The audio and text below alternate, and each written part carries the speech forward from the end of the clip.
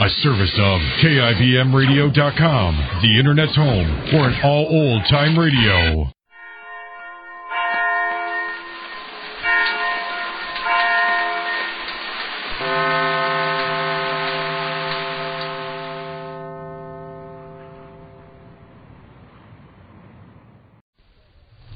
The Johnson Wax Program with Fibber McGee and Molly.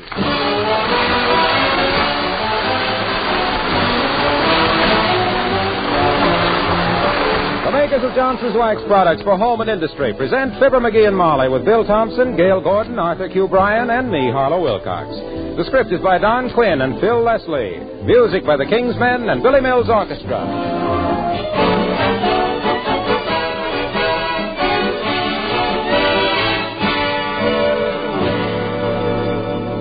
Say, tell me, have you sent in for your personal car initials? The makers of Johnson's Wax want you to try the famous car polish, Johnson's Carnew. So, to listeners who buy Carnew, they're sending 2 sets of personal car initials, tastefully designed in striking gold color, half an inch high. They give your car a smart personal touch. Only take a minute to apply. Let me tell you how to get your 2 sets of personal car initials. 1 set of 3 initials for each side of your car. First, buy some Johnson's Carnew. Then send a sales slip or the name of the dealer from whom you bought your Carnew, together with a stamped self-addressed envelope, to Fibber McGee and Molly, Racine, Wisconsin. If you live in Canada, address your request for initials to Fibber McGee and Molly, Brantford, Ontario. Print clearly which initials you want, any 3, and get your request in the mail right away for your 2 sets of handsome gold-colored decal car initials. Get some Johnson's Carnew tomorrow, sure. Carnew is spelled C-A-R-N-U. Now, I'll repeat the instructions. Buy some Johnson's Carnew. Send the sales slip or the name of the dealer from whom you bought the Carnew, together with a stamped, self-addressed envelope, to Fibber McGee and Molly, Racine, Wisconsin.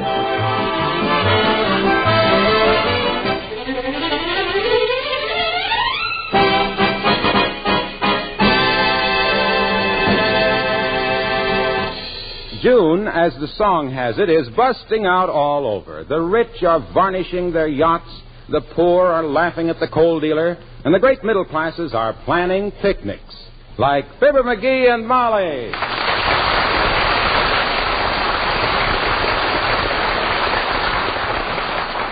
Now, let me see. I have the sandwiches, the pickles, the cake, and the bananas.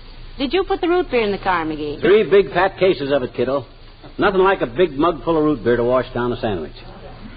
And speaking of a big mug full of root beer, is Doc Gamble coming on the picnic? Well, I haven't been able to get in touch with him. If he puts on any more weight, he won't be able to get in touch with himself. You leave word at his office? I left invitations at his office, at the hospital, at his home, and at the county jail. Well, they ought to... At the county jail? Yes, I thought they might call him in on a consultation. Huh? Yeah, there's an epidemic down there, you know. In the jail? What kind of an epidemic? Hacksaws, I believe. Hacksaws are tools, not a disease. Oh, I guess I misunderstood. The paper just said that 5 prisoners had broken out with hacksaws. Must have been a dumb bunch of guys. You could kick your way out of that hoosgow with moccasins on. Badly constructed, is it? Badly constructed. Anytime you can't stick your finger through a wall, it's because the sheriff is on the other side leaning against it. I always wondered why... That building is so damp, the deputies made $3,000 last year trapping lobsters in the basement. Why, hey, you putting some of those oatmeal cookies in Yes, dearie. Now, let me see. I have salt and pepper, knives and forks and spoons. How about oyster forks? Oyster forks at a pick... Well, how else are we going to get the pickles out of the bottle? Last year I sprained both forefingers and couldn't use my typewriter for 10 days. Oh, well. Never could use it, as a matter of fact. Bye, George. I've meant... Come in. Hello there, daughter. Hello, Johnny. What are you doing? Packing stuff for a picnic, old-timer. Picnic, eh? Yeah. I used to be in great demand for picnics when I was a youngster kid. Yeah? Only feller in town could build a campfire scientific. How did you build a campfire scientific?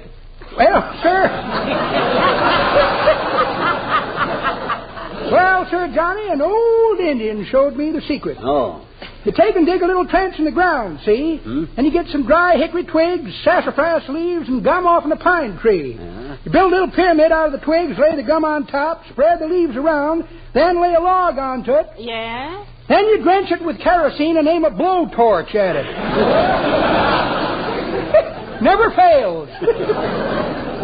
Another good way is tie a lightning rod on a pile of dynamite and wait for a thunderstorm.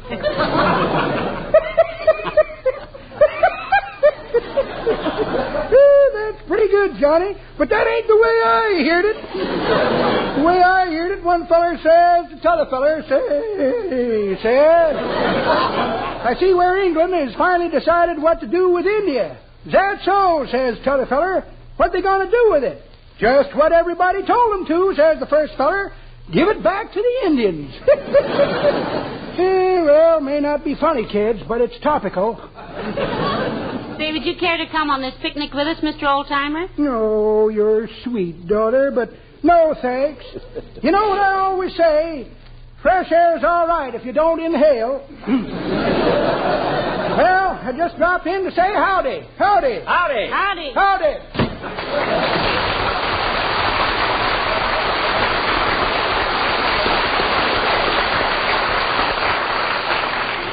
Silly, wasn't it? Sometimes, Mickey, what are you doing? I'm looking for my two-headed $half. You seen my two-headed $half anyplace? You mean that trick $half that's the same on both sides? Yeah. What do you want that for? Well, I may want to flip a coin with Wilcox to see who collects the firewood. Doggone it, I had that two-headed $half around here someplace. Come in. Oh, hello, Dr. Gamble. Hello, Molly. Hi, Splint Whittler. Good day, short, dark, and repugnant. Ooh. Thanks for inviting me to the picnic. Welcome. Looks like a very happy lunch you have there, Molly. Oh, I think there'll be plenty of everything, Doctor. And as long as you were going to be along, I tried to have a balanced meal. Deviled eggs and angel food cake. Tell me, do they have picnic tables at Dugan's Lake, or do we just sit around on the broken glass? Oh, they have tables, Doctor. Are you going to swim? Yes, I think I might. Great exercise, swimming. Takes it off in the right places and puts it on in the right places.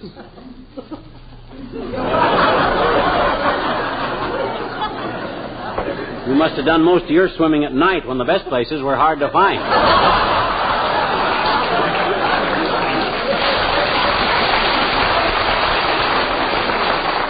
McGee, don't be so insulting. That's all right, Molly.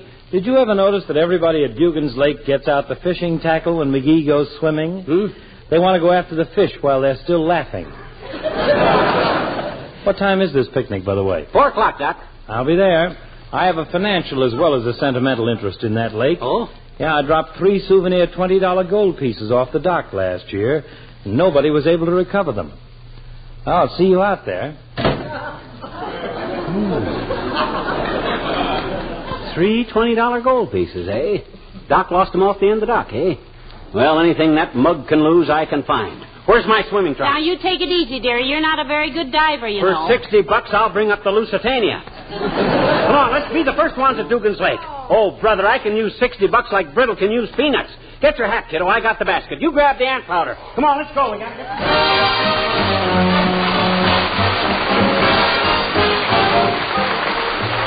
Billy Mills and the orchestra and Cecilia.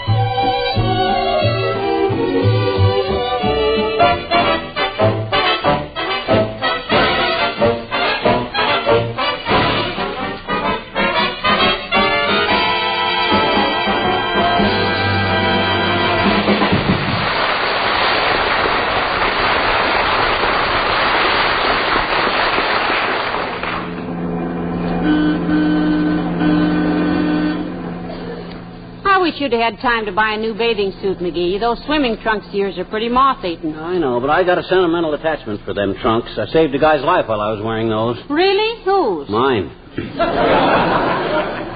They fit so bad I didn't want to go buy any hamburgers, so I swam on my empty stomach. Otherwise, I might have got cramps and drowned on... Yes, sir, I was... Oh, stop, McGee. There's Wallace Wimple. We told him we'd pick him up, you know. Gotta get them brakes fixed. Hop in, Wimple, old man.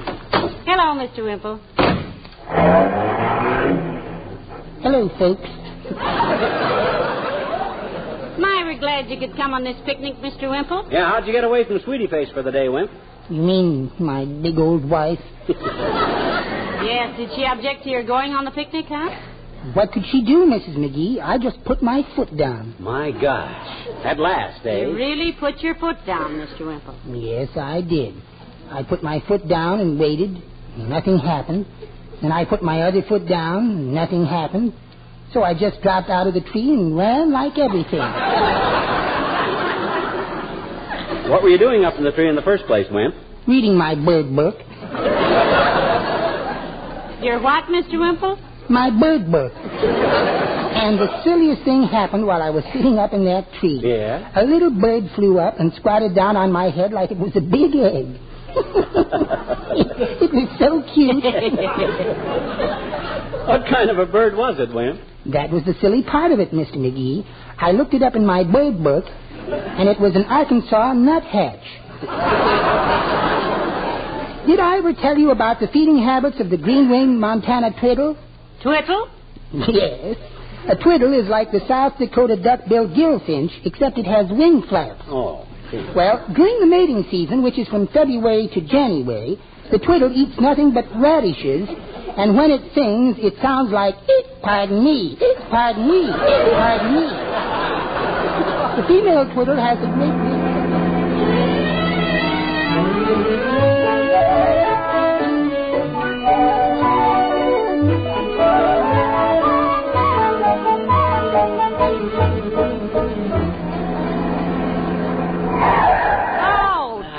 Got to get them brakes fixed.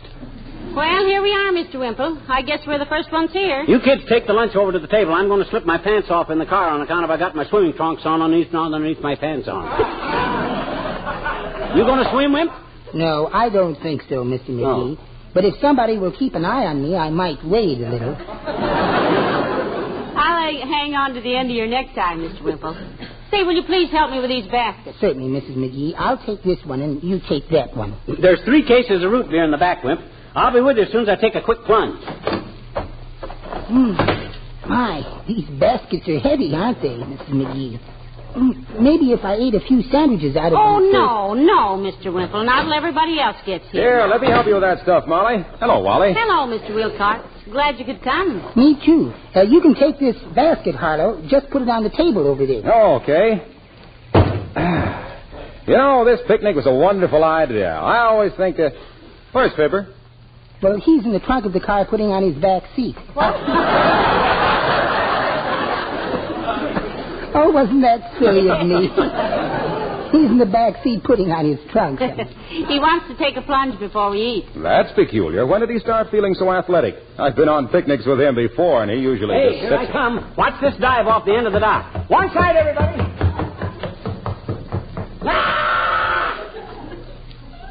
I didn't hear any splash. That must be a very high dock. Or maybe he didn't know there was a rowboat tied right under the end of it. A rowboat? Heavenly days, why, them poor man... That's the dad-ratted lame brain that tied this boat down here. I'd like to have busted my neck. That's what it was, the rowboat.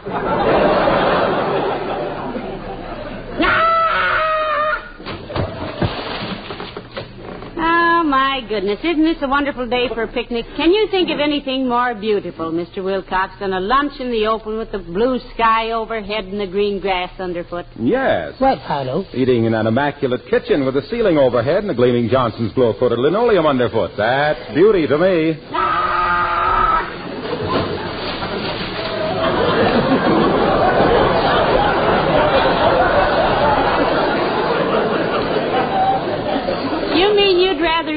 stuffy kitchen than out here at lovely Dugan's Lake, Mr. Wilcox? Why, sure. A modern kitchen isn't stuffy anyway. And with Glow Coat brightening and beautifying the floor, it's the pleasantest room in the house.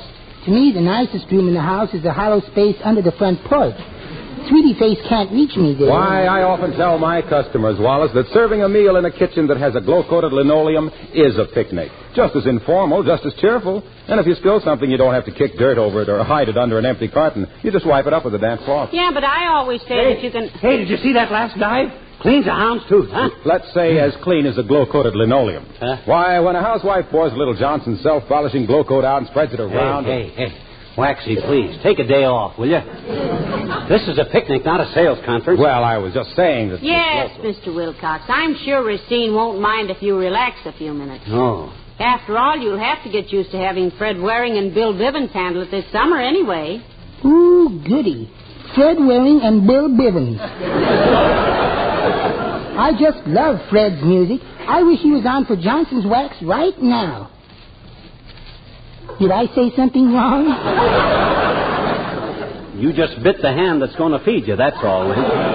Hey, have I got time for a few more dives before we eat, Molly? Well, Dr. Gamble and Mayor Latrivia aren't here yet, dearie. Okay, I'll try a few more. Watch this one.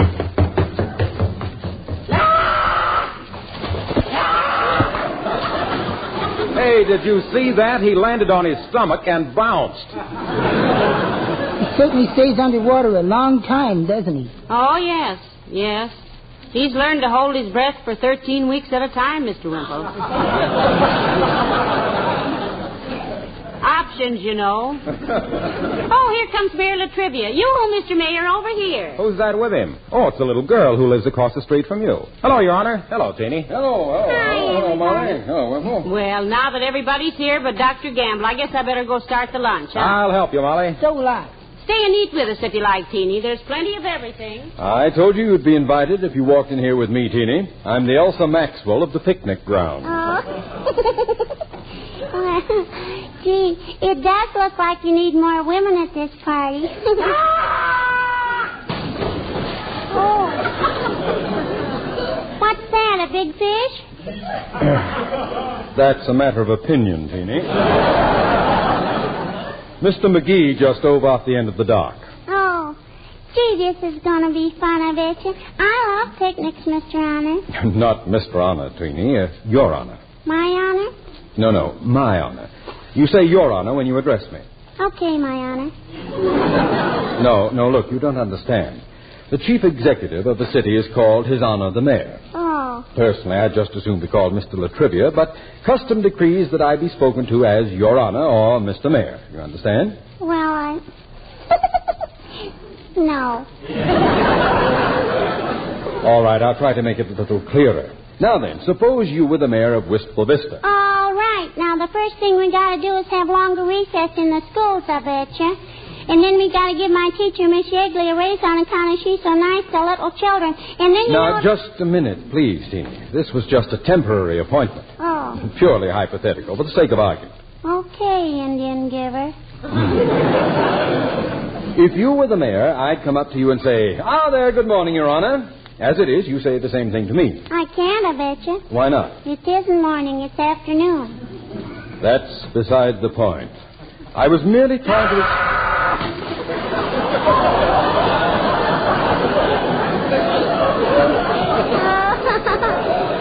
Oh, boy. Listen to Mr. McGee dive. Did you hear that splash, Mr. Honor? It is not Mr. Honor. It's Mr. Mayor. It is not, I bet you. It's Mr. McGee. I saw him when he jumped in. I didn't mean who I am. I mean, I didn't honor the man who jumped into the mayor. Oh, no. Now, give it a chance, Mr. Honor. You addressed me as Mr. Dive. Honor. And the man who McGee'd into the splash, besides, I was... You said...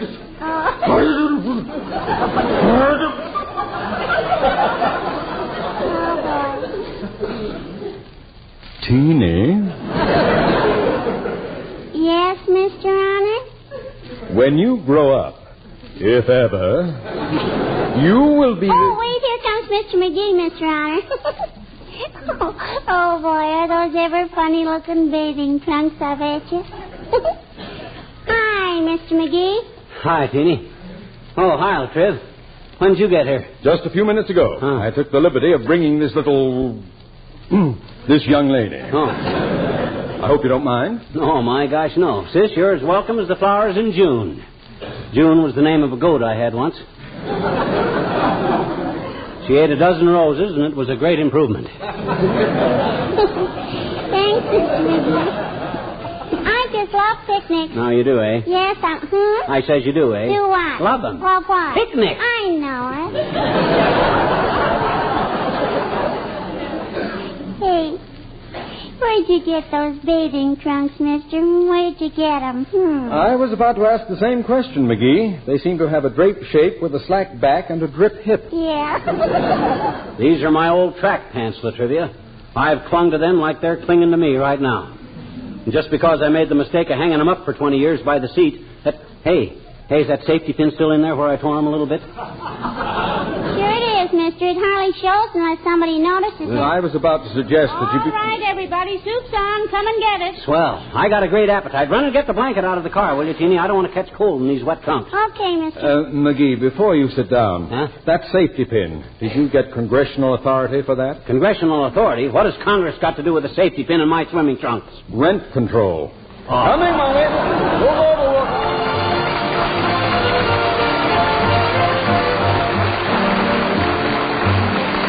The King's Men and Oh, Eveline.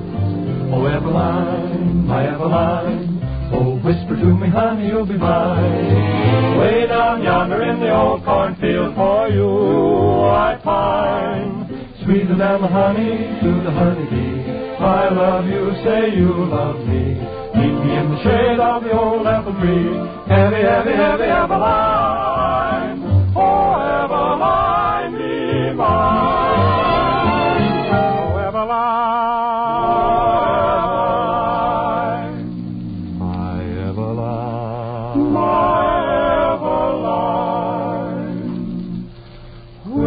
To me, honey, you'll be mine, all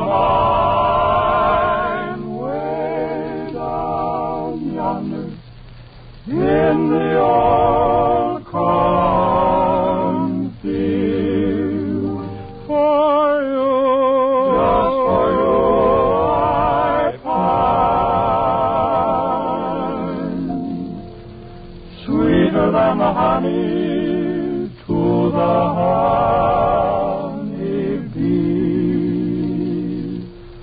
I love you, say you love me.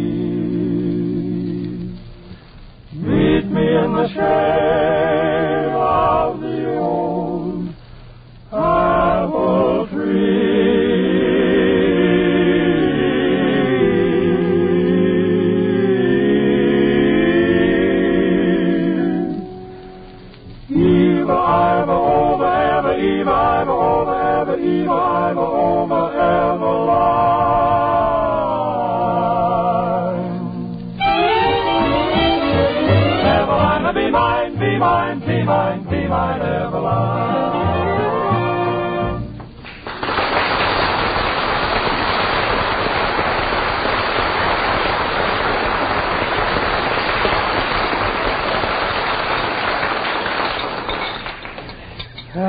Molly, that was the best picnic supper these tired old teeth ever got together on.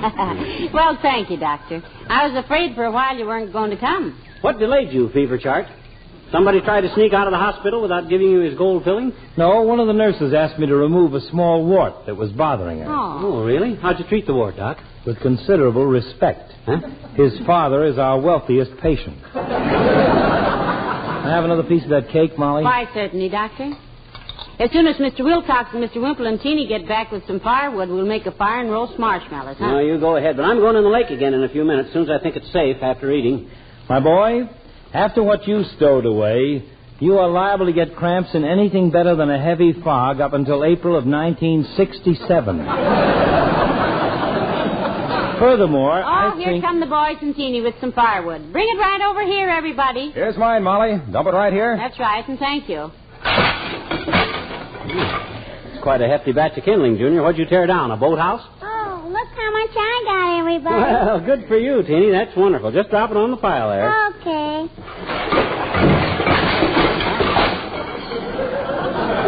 Well, now, that's what I call firewood. And cut to just the right lengths, too. Where'd you find it, Teeny? Oh, I was just lucky, I guess. There was a truck parked over there with a lot of this wood on it. Oh, I see. We better start the fire quick. Hey, where's Wimple with his wood? Here I come, Mr. McGee. Look out, everybody. I'm going to dump it. Right on the pile there, Mr. Wimple. Am I tired? Are there any more sandwiches?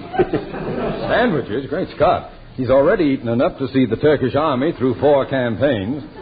Well, if somebody will build a fire, we can roast the marshmallows. Yeah. Somebody build a fire. I'm going to take a dip in the lake. Watch this dive, everybody. Here I go.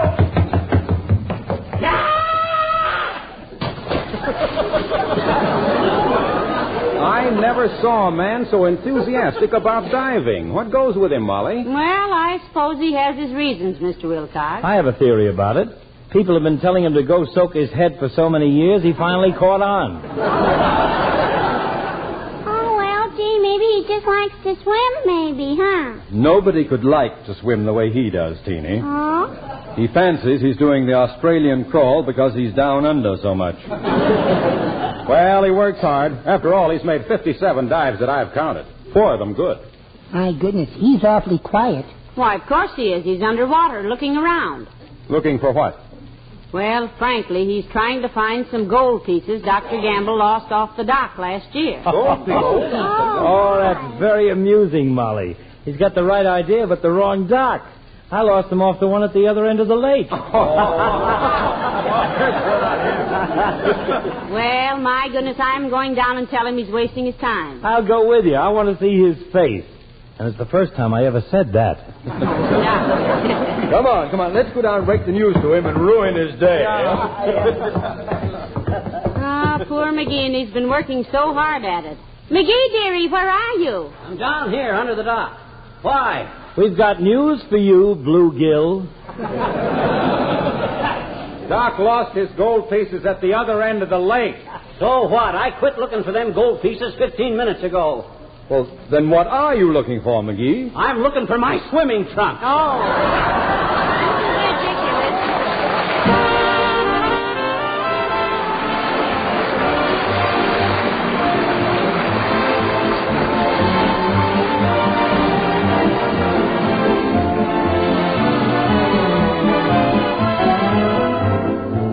I suppose a lot of you folks have seen the famous Broadway play, Life with Father.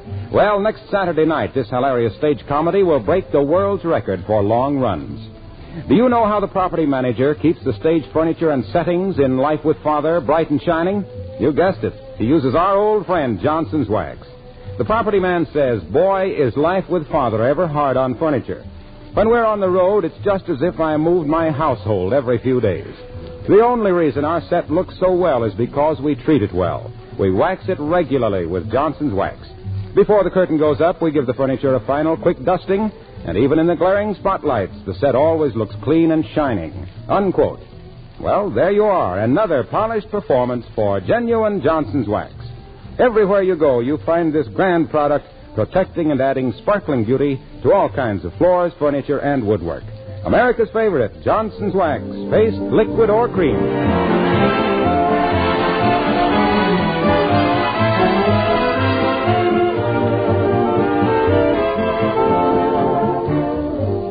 Well, I think it was very kind of the boys to take you out of the lake in a blanket, McGee. Well, I could have found my trunks if they'd left me alone.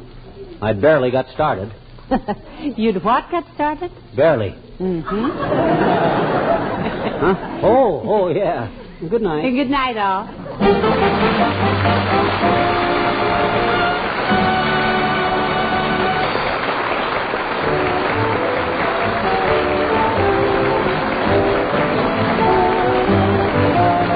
This is Harlow Wilcox, speaking for the makers of Johnson's Wax products for home and industry, inviting you to be with us again next Tuesday night. Good night.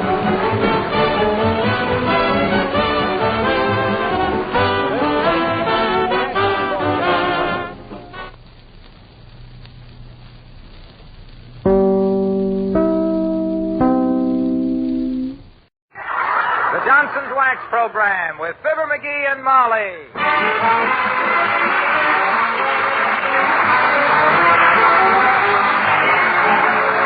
The makers of Johnson's Wax products for home and industry present Fibber McGee and Molly with Bill Thompson, Gail Gordon, Arthur Q. Bryan, and me, Harlow Wilcox. The script is by Don Quinn and Phil Leslie. Music by the King's Men and Billy Mills Orchestra.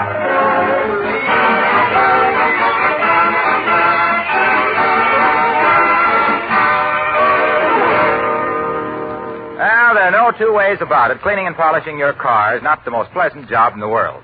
But Johnson's Carnew makes that job a lot easier. Here's why. Carnew does what water cannot do. Cuts through the gummy, shabby film left by oil, tar, exhaust fumes, tree sap, and bugs. It really cleans. And at the same time, it polishes. Yes, Carnew does two jobs at once. One application cleans and polishes. You see, Carnew not only contains effective cleaning ingredients, but it's also wax fortified. Apply it, and the cleaning ingredients remove the dirt. Let it dry to a white powder, and then wipe the powder off. Your car is polished. It's as simple as that. Your car sparkles without hard rubbing and tiresome buffing. Quickly and easily, you can give your car a bright showroom shine. Try Johnson's Carnew. Use it once, and from then on, Johnson's Carnew will be your favorite way to bring out the beauty of your car. Look on the bright side, shine up the right side, bring out the beauty of your car.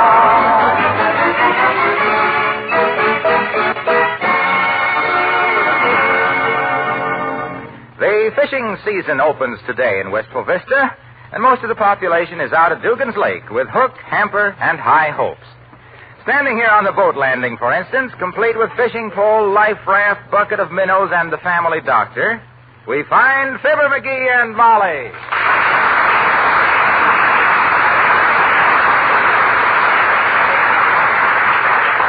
Boy, what a day for fishing. Ain't it beautiful, Doc?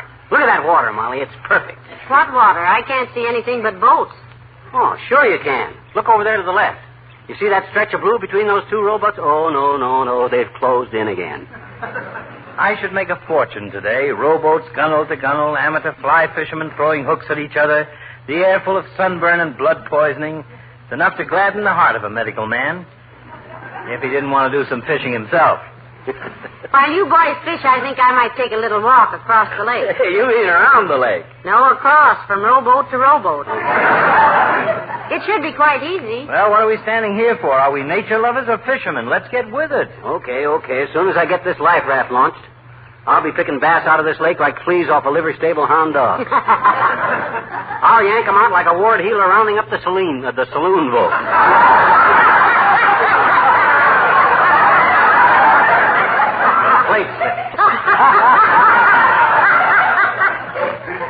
I will say for McGee, Doctor, that he makes up in enthusiasm what he doesn't show in results. Yes, I know. I've seen him fish. Yeah. When he gets through lashing the lake with that bamboo buggy whip of his, there's enough foam on it to shave the entire shoreline. You only wish you had my technique, Fatso. Technique, he says. You betcha. You've been fishing here in Dugan's Lake ever since you deserted the Lewis and Clark expedition. And the fish you've caught to date wouldn't make enough chowder to wet a spoon. That there is a falsehood. I come from a long line of fishermen. My father was out fishing the day I was born. When he heard the news, he let a 12-pound pickerel off the hook. I'd like to have seen his face when he saw you and realized he'd thrown back the wrong one.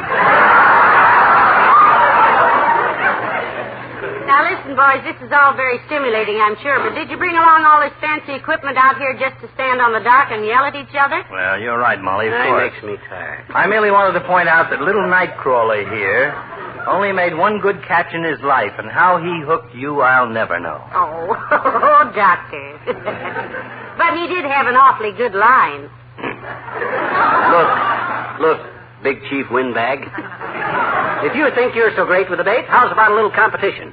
If I can't catch a bigger fish than you can today, I'll mow your front lawn all summer with my teeth. Sonny, you have just made a wager. You heard that brash statement, did you, Molly? I did. Good. And if I lose, I'll remove his gallstones free of charge.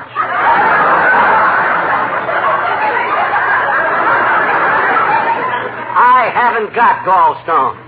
You've got plenty of gall, and I can wait.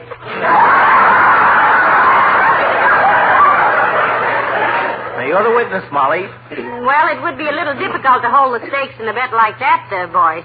Why don't you just make it a small sum of money if you insist on being foolish, and I know you both will. Well, I'll say we will. Okay, $10, Fatso. Okay. $10 I catch the biggest fish.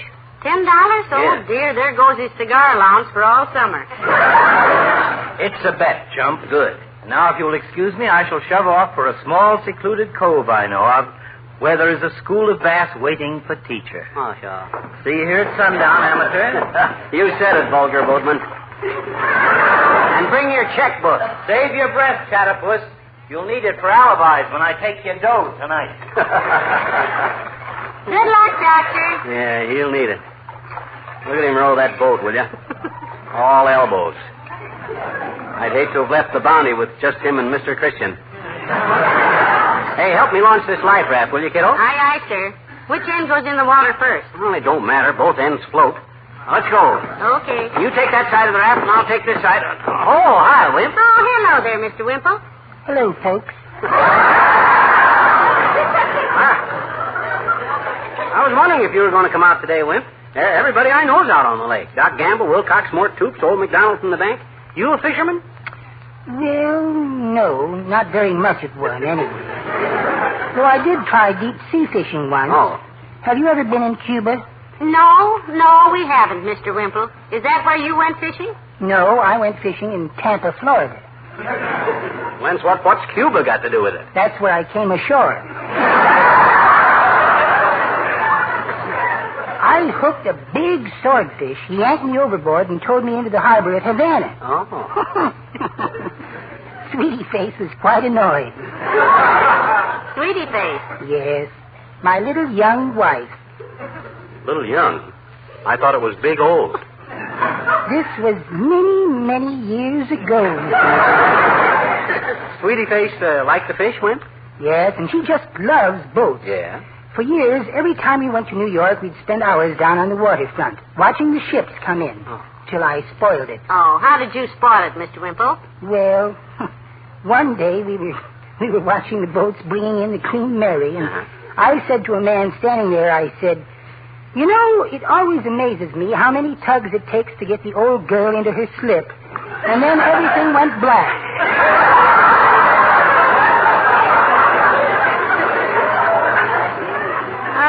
I can see why it would. Well, I'd like to stand here and bat the fat with you, Wimp, but I got a little wager on with Doc Gamble.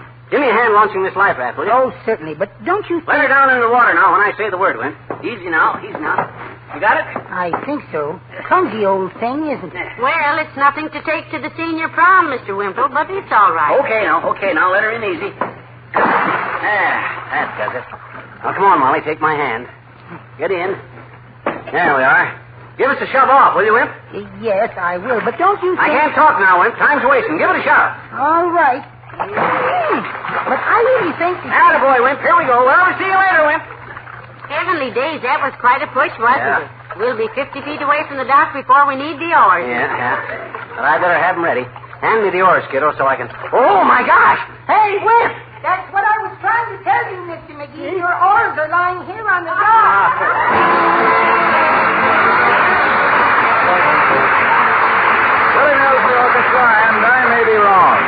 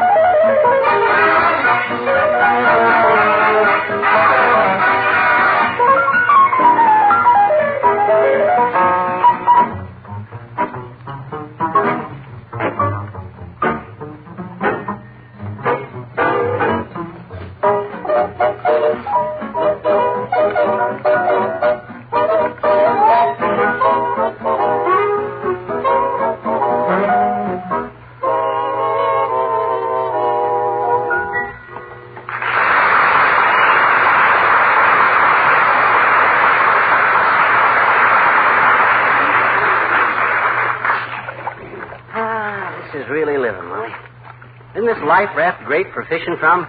Rides like a ferry boat. Yes, even looks like a ferry boat. Yeah. This thing is longer than a fisherman's alibi, dearie. Yeah, it's long enough to have its own sling. Well, I like plenty of room to work in, kiddo. Let those other chumps sit bait bucket to clavicle in a dinky little skiff and cut fish hooks out of each other's ears. Not for me. When I hook the fish that cost Doc Gamble $10, I'll... Oh, hi, Joe. How's fishing? Who was that? Joe Howe. Why didn't he ask you? How's fishing?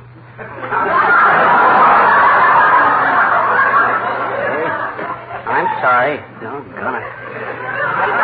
I wish those bass would start hitting.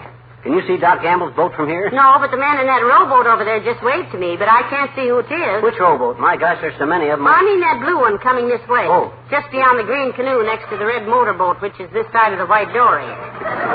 You see it? No. Oh, yeah. Oh, that's Foggy Williams, the weatherman. Wonder how he's doing. Hello, McGee. Hello, Mrs. McGee. Hello, Mr. Williams. Hi, Fog. How's fishing, boy? It's a little discouraging, McGee. I'm afraid this lake is about fished out. Don't look at McGee. He didn't do it.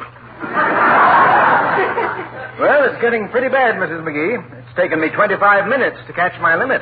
Oh? And not one of them weighs over 6 pounds. What? See? Heavenly days, McGee. Look at those fish. Wow. I haven't seen so many cold-looking eyes since we went down to refinance the car.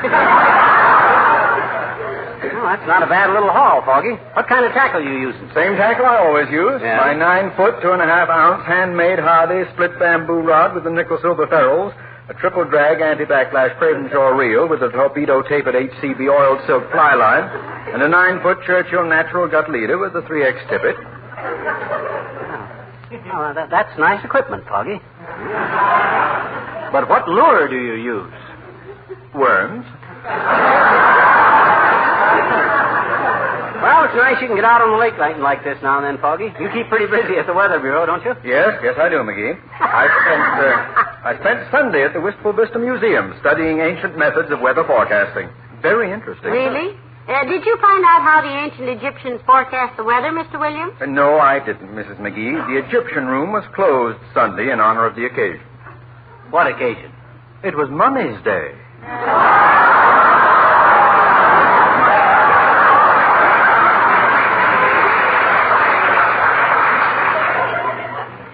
That's sweet.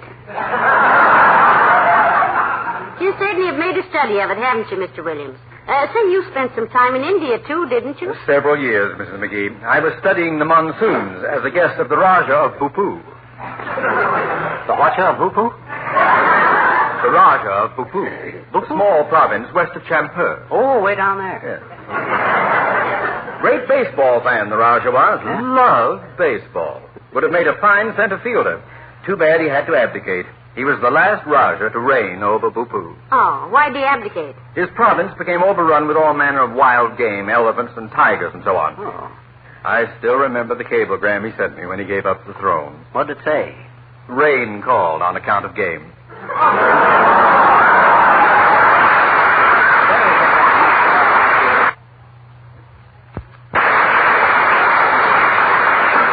Look at him go, will you? Why, isn't he nice? He must be a very good fisherman, too. There's no such thing as a good or a bad fisherman, kiddo. It's just luck or unluck. And this is going to be the luckiest day why ain't I catching any fish? Maybe the weather's too warm, or too cold, or too windy, or too sunny, or too cloudy. Huh? Maybe the water's too clear, or too muddy. Or you have the wrong bait, or you're fishing too deep or too shallow. Or they aren't hungry. Hey. Where'd you get all those ideas? From you. Huh? Those were some of the reasons you didn't catch any fish last year. Well, personally, I think there's too many people on this lake. Look at all them boats. Looks like the Brooklyn Navy Yard. I never saw such Oh, here comes a motorboat. Oh. Look at it churn up the water. Now, the fish. I haven't seen so much foam since Uncle Dennis's home brew blew the door off the basement. Remember that? Yeah. And jammed the meter reader into the coal chute? Hey, you in the motorboat. Get that sea-going hot rod out of here. We're trying to fish here. Mr. Wilcox. Yoo-hoo, Mr. Wilcox. Hi, Molly. Hi, pal. Catch anything? No, but you're going if you don't get out of here with that dad rat at some scooter. How many did you say? He didn't say. What? He said I didn't say. And get away from here with that waterlogged corn popper. Wait a minute. I can't hear anything. This engine is too noisy.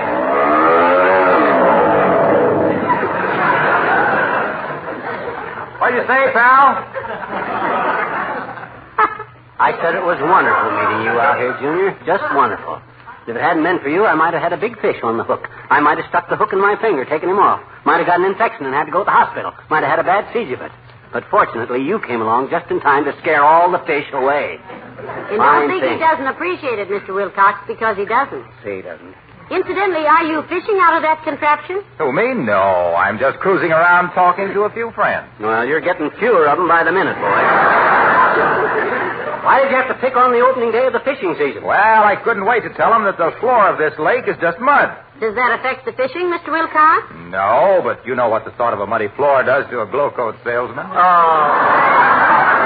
That's about as far-fetched as... I want to tell all these fishermen, when they go home tonight with their muddy boots, to tell their wives how Johnson's self-polishing glow coat protects their kitchen linoleum against dirt, dampness, spillings, and homecoming anglers.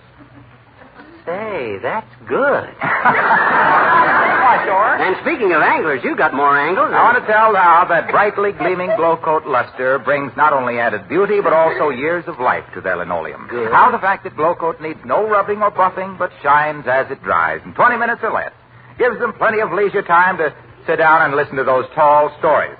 And besides that, glow coat... look, Waxy. Yes, pal. Are you going to be the wall-eyed piker that hangs around bothering the fisherman till he winds up with a hook through his gills? No. I'm going to be the big one that got away. Well...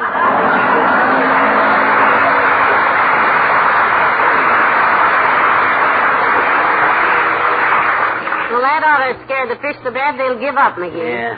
Say, maybe you're fishing off the wrong side of the life raft, or maybe your bait is wrong. Yeah, I sure wish I'd brought some flies with me. I wish I had some of the flies I used to tie at the fly tying factory. I didn't know you worked as a fly tyer at the fly tying factory, McGee. I never told you about tying fishing flies for the fly fishermen at the Fleer Fly Factory in Peoria. You never did. Well, baby, I will. Pull up a gunnel and sit down. You see, the Fleer Fly Company had a fleet of planes, see, and a flock of flyers that would fly us fly tyers around to fly ties for fly fishermen. Yeah? We'd fly in, tying flies on the fly, tie a few more flies, and fly out. Yeah? I got so good at tying flies that I could tie a fly with one hand and tie my tie with the other, and there wasn't a fly tyer in town that could tie me fly tie.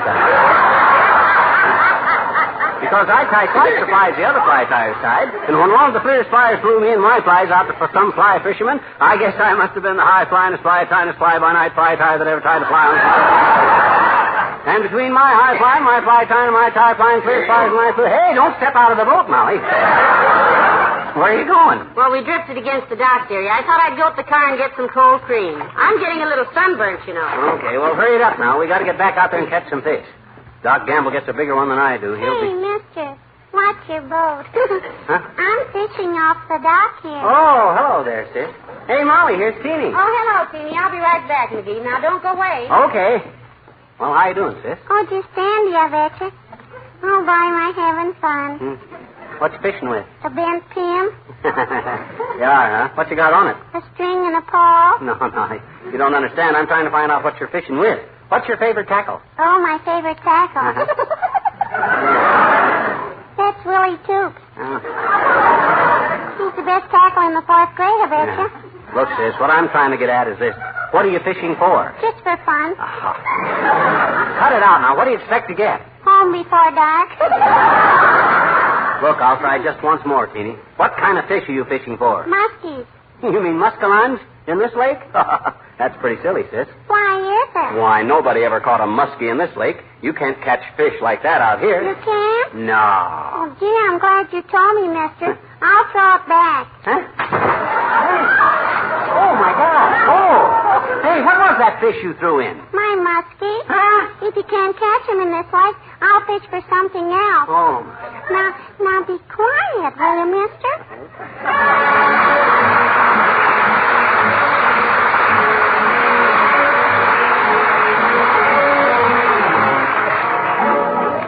The King's Men and Blue Shadows on the Trail.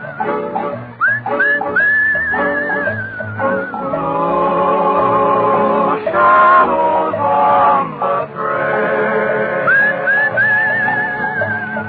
Blue moon shining through the trees. While a plaintive wail from the distance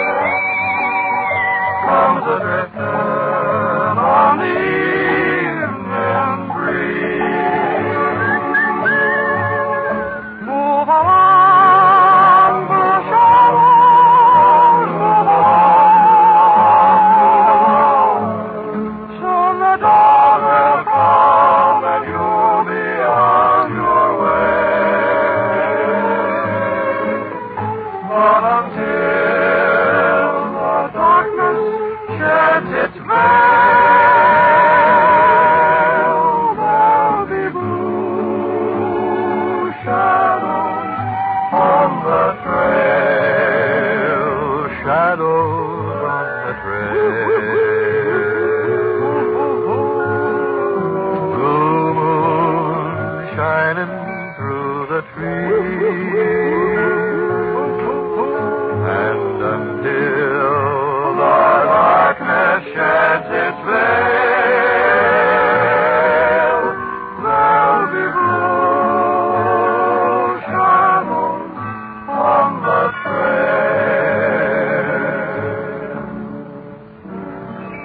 Shadows on the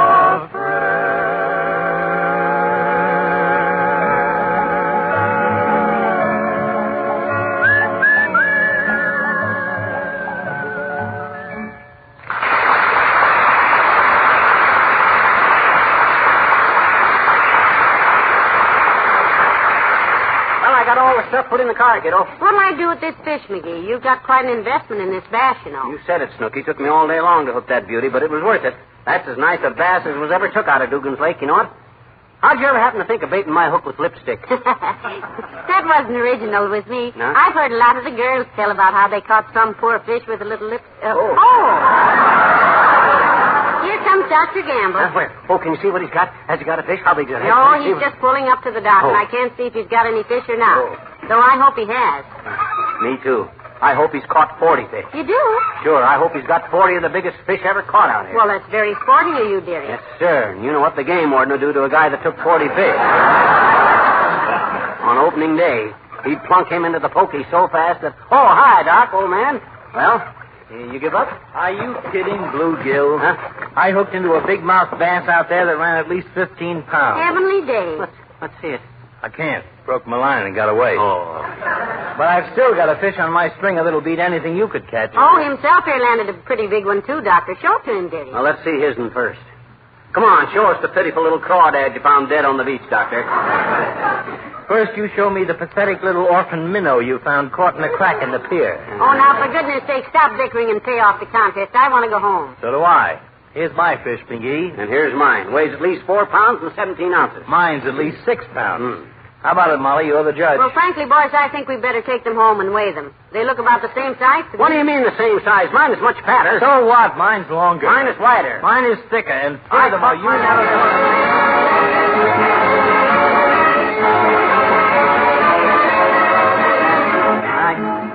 Gentlemen, I'm happy to report that this fish here on the kitchen sink, caught by Dr. George Gamble, weighs an even 4 pounds 6 2/3 ounces. What did I tell you, Hackle Tackle?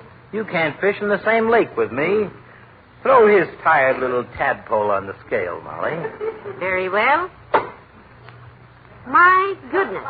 And in this corner of the sink, weighing in at an even 5 pounds, we have the winner and new champion, Mr. Fibber McGee. Yes, sir. Just enough more. Well, I'm sorry, Doc, old chap. Nice try, kid. Sporting of you, old boy. Yeah. But the best fish won. You betcha. That bass of yours fooled me, McGee. I didn't think he was that heavy. Well, he's pretty fat, Doc, and you know. Hey, what you going to do with him? Hey, give me back my bass. Relax. I'm just going to take him out on the back porch and clean him for you. No. I want to see what these bass are eating so we'll know what bait to use the next time. Oh, no, don't, Doctor. Put that knife down. You might hurt your hands. You couldn't operate. Give me back my fish. I'll clean it later. I'll clean it. You don't... No trouble at all, my boy. Huh? No. It'll just take a minute to open him up and...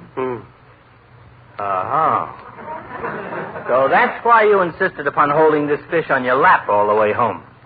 What do you mean, Doc? You know what I mean. BBs, you little faker. This fish is full of BBs. BBs? Well, what do you know, Doc?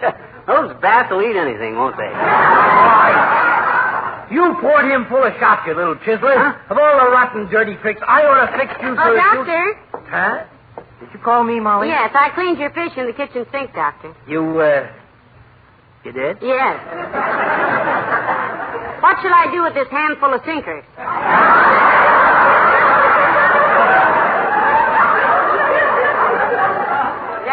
dish was just chock full of lead sinkers. Oh?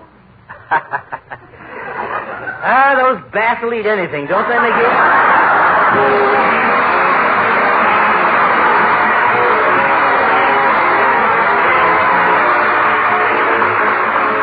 Bright, shining linoleum makes any kitchen a more pleasant place to work. The reflected sunlight brightens the whole room and adds freshness and beauty.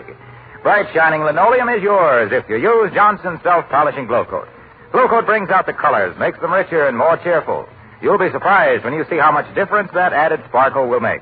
A hard film of shining Glow Coat on the floor gives that well-cared-for, neat-as-a-pin look, and that's a welcome addition to any home. Yes, for a kitchen floor that sparkles, use Johnson's self-polishing Glow Coat. It adds brightness and beauty to old linoleum and makes new linoleum stay new-looking years longer.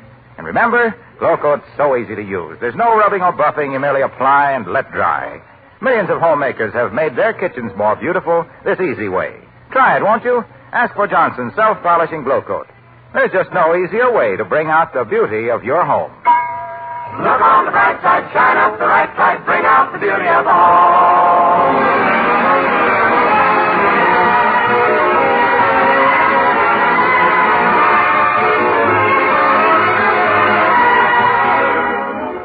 Hey, I was looking through the Bon-Ton ads, Molly. You know what I'm going to buy myself for summer? What, dearie? A bassinet. A what? Bassinet. If I can catch fish with a brass rod, think what I could do with a bassinet. I could drag out more... Oh, no, dearie. What you mean? No, I'll explain later. Okay. Good night. Good night, all.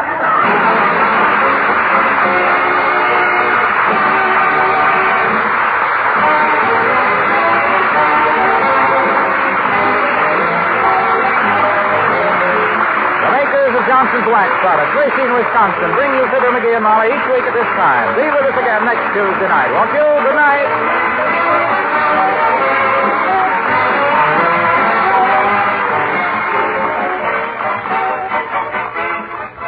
This is NBC, the national broadcasting company. Now time for Fibber and Molly, and at 9 p.m., Big Town. The Johnson's Wax Program with Fibber McGee and Molly.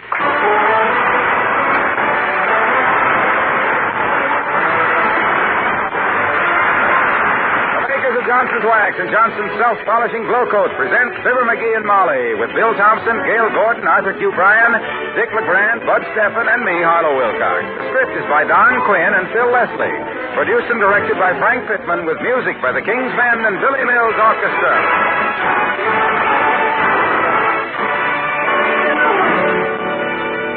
I'm sure a lot of things go into the making of a beautiful room.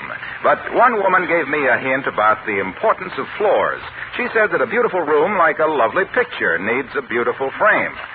And there's nothing that frames a room better than the smooth luster of a well-waxed floor.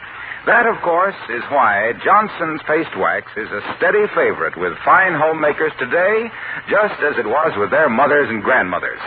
Its value to you isn't just that its hard, tough finish protects your floors, nor that smoothly waxed floors are so much easier to clean. No, deeper than that is the fact that Johnson's Paste Wax makes your floors a border of beauty for the other things you live with and cherish. I wish you'd try Johnson's Paste Wax soon. The shining luster it gives your floors helps make you proud of the home you live in.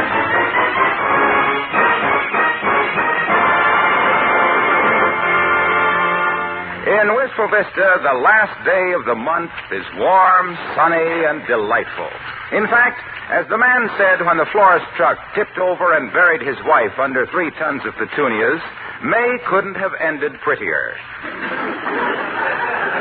And here at number 79, discussing the balmy weather, are Fibber McGee and Molly.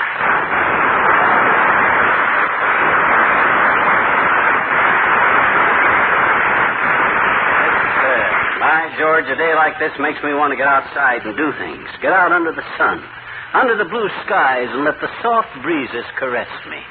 Heavenly days, listen to him. But I think you're right, dearie. You betcha. It's disgusting to stay indoors on a day like this. I agree, absolutely. What shall we do? I'll flip you a quarter to see who takes a nap in the hammock. You know, if we were back in Peoria now, we'd be out on the river in a canoe. Hey, that's it, kiddo. You got it. That's the stuff. Let's go out to Dugan's Lake and get a canoe. Are you serious? I ain't Roebuck. What do you say, Tootsie? I can paddle a canoe as good as I ever did. Well, you never were any Hiawatha with a paddle, sweetheart, but I'll go with you. Great, baby, great. I'll start getting the stuff ready right away. Wait a minute now, what stuff? Oh, just the usual canoe stuff, pillows and a blanket and suntan oil and some grub and my old mandolin. I better get the... Come in. Oh, it's Milton from the drugstore, McGee. Come on in, Milton. Thanks, Mr. McGee. Hi, Mr. McGee. Hello, Milt. Swell day, ain't it? I and Mrs. McGee are going to go out to Dugan's Lake and rent a canoe. Well, I don't want to delay you, Mr. McGee. All I came over for was to say goodbye anyway. I'm going away on a vacation tomorrow. Are you, Milt? Where are you going? I'm going to hitchhike out west and get a job on a dud ranch. Oh. You're a little mixed up, Milton. It's Dude Ranch. This one's a dud. It belongs to Uncle Ant that never made a nickel. You like hitchhiking, Milt? I tried it once and nobody picked me up. Strange for a man who was all thumbs to fail as a hitchhiker. Well, I got a gimmick, Mr. McGee. Yeah? 2 years ago, it got me from Buffalo to Omaha in 2 days. Heavenly days. How'd you do that? I get an empty 5-gallon gasoline can, paint it red, cut a door in the side of it, and pack all my luggage inside. Everybody stops for a guy that's carrying a can of gas. My gosh, that's a wonderful idea, Milt. Don't anybody ever get sore when they find out you've tricked them? Oh, only once. The guy that took me to Omaha so quick was the assistant district attorney. Yeah? I spent 5 days in the sneezer for vagrancy. Well, I'll send you a postcard. Goodbye now. So long, Milt. Bye, Milton.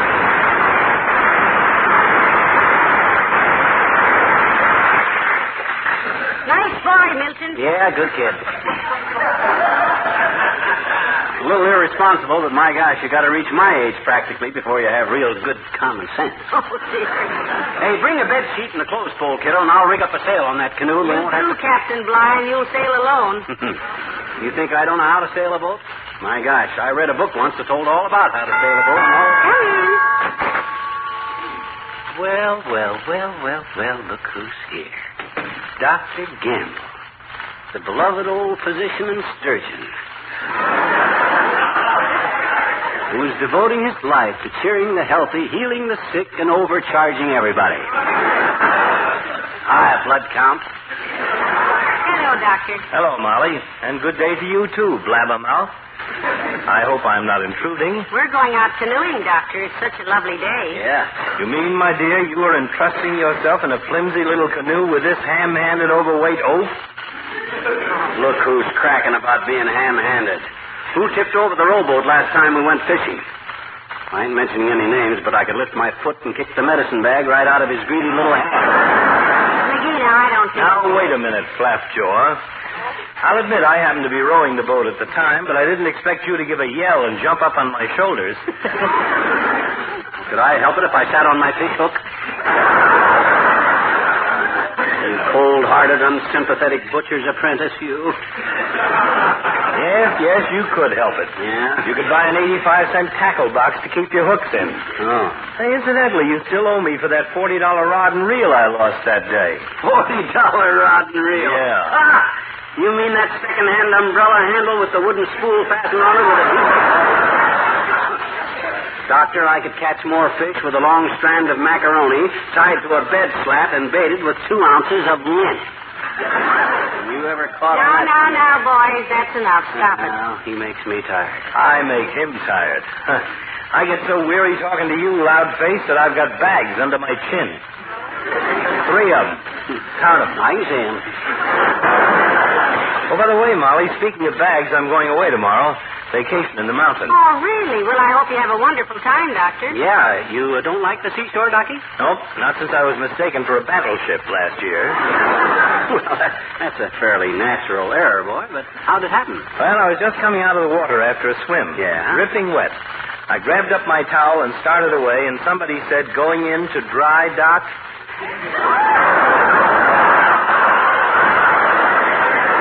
So this year I go to the mountains. So long, both of you. So long.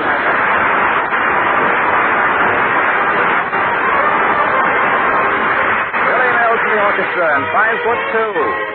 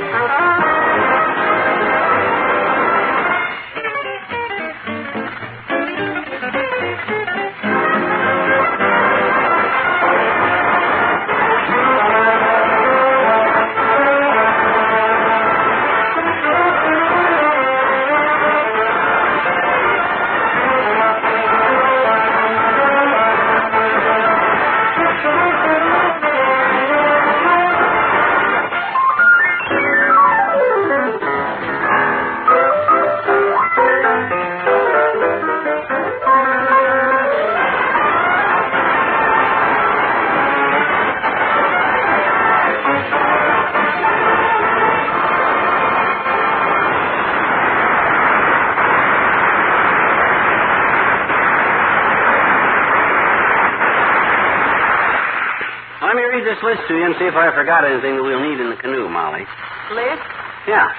Pillows and a blanket, suntan oil, portable radio, my fishing tackle, first aid kit and some grub, some cold root beer in case it gets hot, hot coffee in case it gets cold, and my old mandolin. I better get that mandolin right out of the hall closet right now. Oh, dearie, company. Come in. Oh, it's Ole from the Elks Club. Hello, Ole. Hello, Mrs. Hello, McGee. Hi, Ole. What's new at the Elks, boy? Since you tore another hole in it, the pool table cover, McGee. Yeah? You got a new one today. Oh, good. I'll drop in and try it this week, Ole. I wish you would, McGee. I wish you'd come play every day. Well, thanks. I'll try to do that. Because I won't be there. I'm going on vacation. I'll bet you're ready for it, too, Ole. When do you start? As soon as the children get out of school? Yeah, pretty soon, Mrs. Christina's already through with high school now. She finished. Sunday she commences.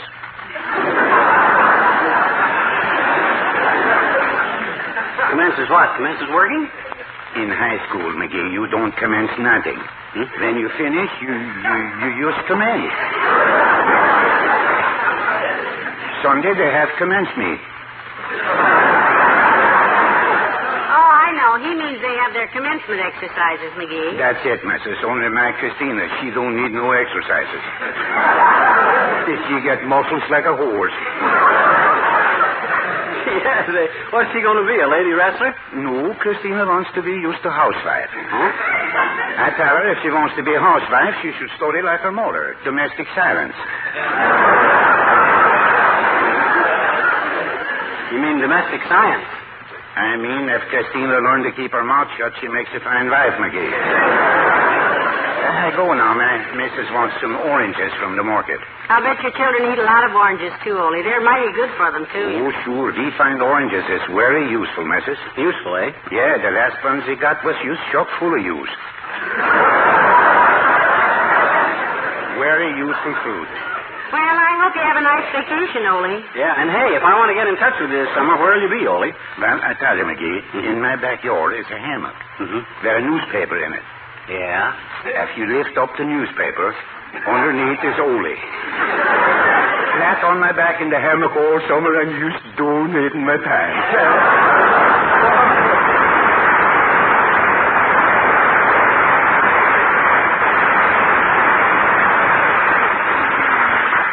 Sounds like he's going to loaf all summer, dearie. He knows how, all right. He loafs all winter, but... I better think up some more stuff to take on our canoe ride. Maybe I ought to... I know one thing we don't want to forget, dearie. A bottle of citronella. Oh, no, none of that stuff. I took a bottle of that stuff last year, and I couldn't drink half of it. What? Tastes awful. Anybody that takes citronella on it... Hello, Molly. Hi, Hello, Mr. Wilcox. Come in. Hi, Junior. Hey, you want to bring your wife and go canoeing with us tonight at Dugan's Lake? I'm taking my mandolin. Sorry, pal, but I couldn't make it even if you weren't. I'm getting ready to take my vacation tomorrow. My, everybody's vacation. Yeah, where are you going to spend your vacation, Junior? In the beauty spot of the nation, pal. Racine, Wisconsin. Me and my big mouth. Well, now, if you boys will excuse me, I'll spend the next 5 minutes sorting the laundry. I can guess the rest of this. Have a nice vacation, Mr. Wilcox. We'll miss you. Thank you, Molly. See you in the fall. Yeah, go ahead, kiddo. I started this, so I'll battle it through alone. I'll be the pigeon that saved by the bell. Come in. Hi, mister. Oh, hello there, Teeny. Come in, sis. I'm glad to see you. You are? Mm-hmm. Hi, Mr. Wilcox. Oh, boy, hi. Hello, Teeny. I haven't seen you for a long time. Sit down, sis. What's new with you? My dollhouse. I got a new dollhouse, and oh, boy, is it ever pretty, though. A new dollhouse, eh? Well, I suppose you know how to keep that dollhouse looking new, don't you, Teeny? Sure I do, I betcha. My mama told me how. Well, good for her. She did, eh? Yes, she... He said she did, eh? Who did? Your mother, Teeny. Did what? Told you how. How what? How to keep it new looking. My dollhouse, I know it. She says there's only one way to keep it new looking. Don't play with it. Oh, well, Teeny, I was going to suggest that you try... You know something? My mom always uses Johnson's paste wax on her floors and furniture and woodwork. And, I was just wondering if I could use it on my dollhouse. Oh, my gosh, he's even got kids doing it. Teeny, of course you can. On a big house or a little house. Johnson's paste wax is the finest... My mama says it not only imparts a mellow, gleaming luster to her furniture and woodwork, but it also protects and preserves it against dirt and dust and stuff I spill all over it. Hey, what's the deal here between you? What's Teeny, that's absolutely right. Your mother knows that a Johnson waxed home is a well-kept home. She knows that Johnson's paste wax is the finest investment in beauty for her home. Hey, It is. Look, Waxy. Yes, pal? Have you got to go now because I got to get ready to go canoeing. My wife and... Yes, we do, Mr. McGee. Oh. Come, Mr. Waxy. If you're going down to Kramer's drugstore, I'll go with you, and one of us can buy the other one a soda, huh? That's a good idea, Teeny. Here, take my arm, miss. Oh. Oh, boy. Jackpot.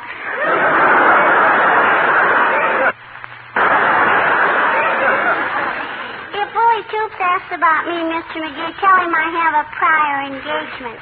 Goodbye now. So long, sis. I'll see you this fall, Junior. Yeah, happy canoeing, pal. So long.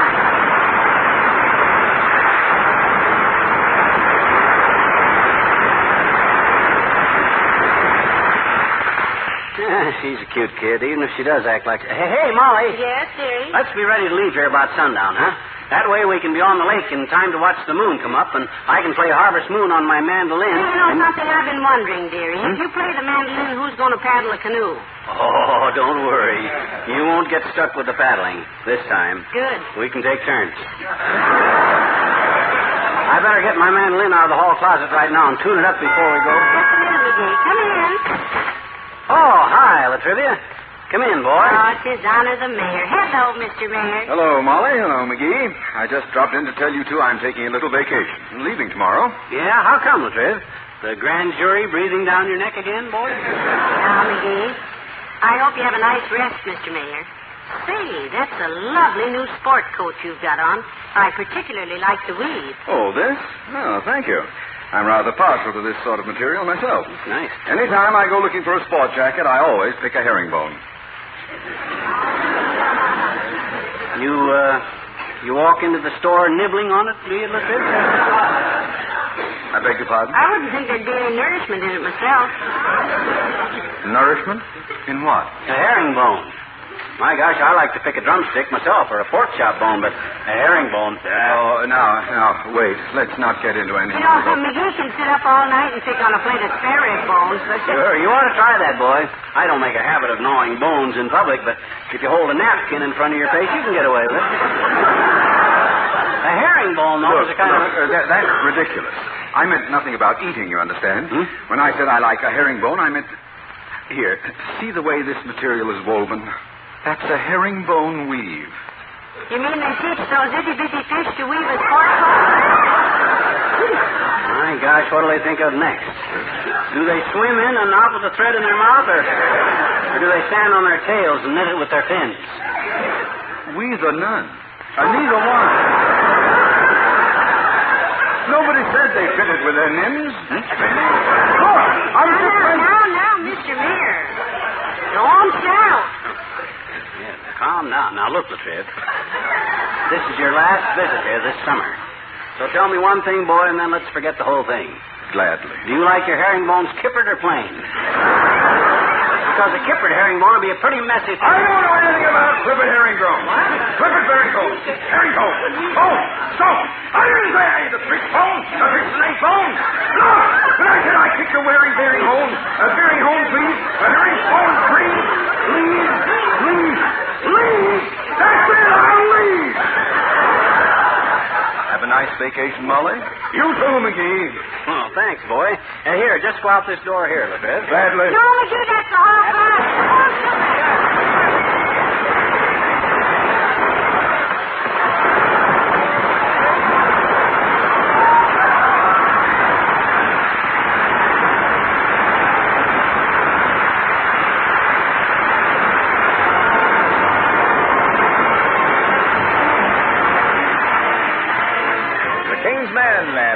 cruising down the river. Cruising down the river on a Sunday afternoon.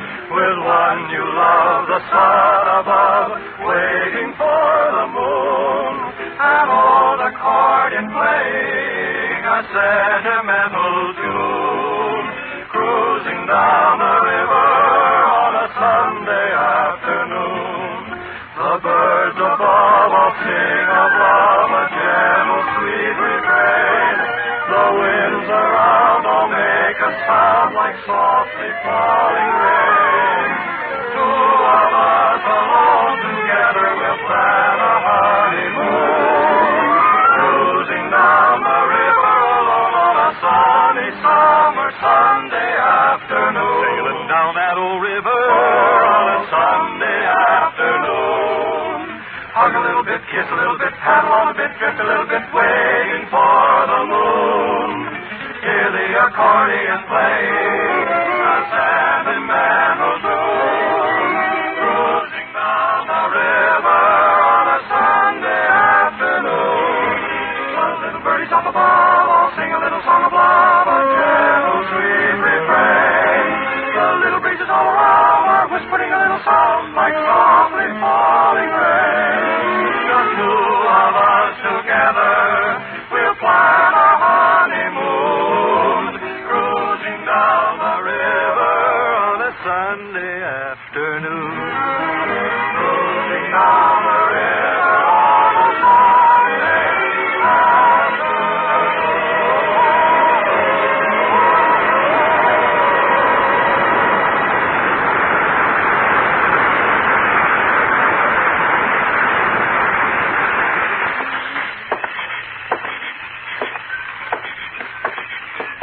Well, it's certainly a lovely evening to go canoeing, McGee.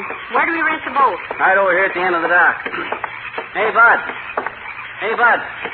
How about renting us a canoe? Oh, sure, kid. Glad to rent you. Oh, hello there, Johnny. Hello, daughter. Hi, old timer. Going for a canoe ride? What do you think we wanted a canoe for? To hide under in case Russia has the bomb? We didn't know you ran a canoe concession out here, Mr. Oldtimer. Just filling in for a friend, daughter. I'm going out of town tomorrow on a vacation. You too? Where are you going on your vacation, Mr. Oldtimer? To summer camp, daughter. Oh. Me and Bessie are going up to Camp Yakahaki with a bunch of other teenagers. Hey, wait a minute. You and Bessie and some other teenagers. Yep. Bessie's 113 and I'm 116. I think a fellow ought to be older than this girl. Oh, you want a canoe, eh? Yeah. Find us a good one, old-timer. Last one I rented here leaked like a wicked rumor through a sewing circle. Well, I got just the one for you, Johnny. Ain't been used since the Lewis and Clark expedition, and just been painted and overhauled, and here she is. Mighty pretty. I'll get in and hold it to the dock, Molly. After I'm in, you hand me my mandolin and the stuff. All right. Here you are, dearie. Yeah. Thank you, Mr. Oldtimer. Not at all, kids. Have a nice paddle. I'll shove you off. Wait a minute. Hey, Johnny. Huh? Turn that paddle around. The fat end goes into the water. You mean like this? Oh, sure. Oh, yeah, I remember now. Well, what's it like? Yeah. You okay, Molly? Come off, Admiral. Have a nice summer, Mr. Oldtimer. Nice summer. Same to you. Oh, isn't this wonderful, McGee? So peaceful, so restful. Sure is, kiddo. Just like the old days on the Illinois River back in Peoria, huh? Yes. This is really lovely. There's been a lot of water under the canoe paddle since them Peoria days, hasn't it? Yes, but it's gone awfully fast, dearie. Yeah, sure has, baby. And you know what? There's something about riding in a canoe that kind of makes you think things over. I don't know what it is. Well, I do. In a canoe, you're close to the water. And when you're on the water, you're on the level.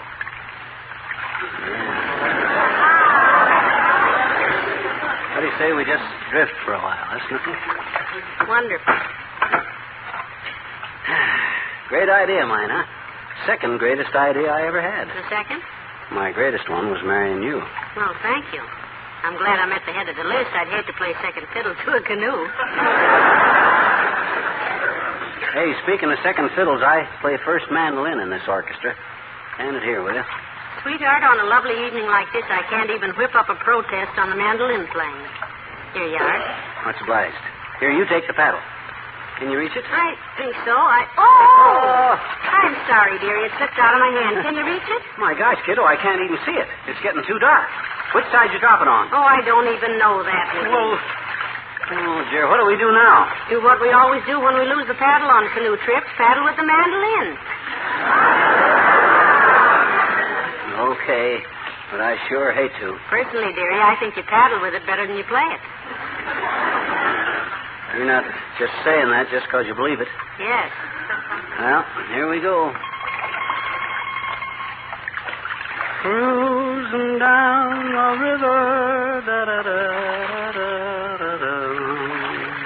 Cruising down the river on a Sunday afternoon. Listen to that lovely echo, McGee. Sing it again. With one you love, the sun above, da-da-da-da-da-da. With one you love, the sun above, waiting for the moon. Well, that's the most wonderful echo I ever heard. It knows more of the words than you do, McGee.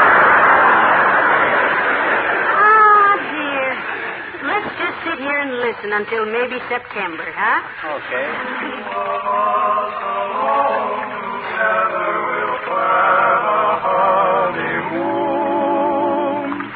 cruising down the river unknown.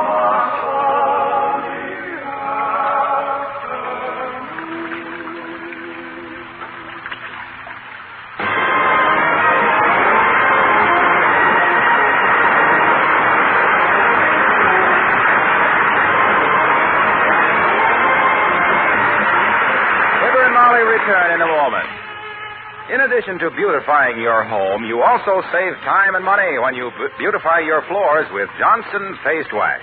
The tough protective coating adds long life to wood, saves long hours of cleaning. Just a light stroke of a dust cloth wipes dirt and grime from the brilliant Johnson Paste Wax surface. And here's the easy new way to polish your waxed floors. Get Johnson's new Beauty Floor Electric Polisher. All you do is guide the polisher across the floor. The big whirling brush does all the buffing for you. You can buy a Johnson's Beauty Floor Electric Polisher from your dealer, or rent one at low cost if you prefer.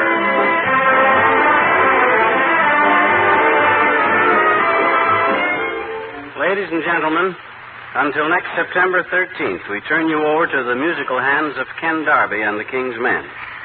They have a wonderful Johnson's Wax show lined up for you this summer called King for a Night. The King's Men with a guest king every week. Their special king next Tuesday night will be Dan Daly, and don't miss him. In the meantime, thanks to all you loyal listeners for another year of faithful attendance. And thanks to Johnson's Wax, our favorite sponsor, and to all the people we work with putting the show on every week. A pleasant summer to all of you. Good night. Good night, all.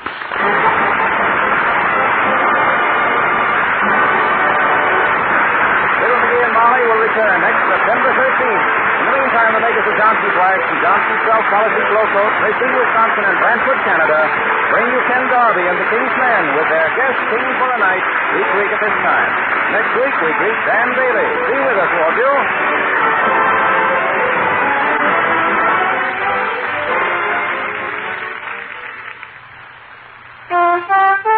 Rub it on. Wipe it off. Yes, that's all you do.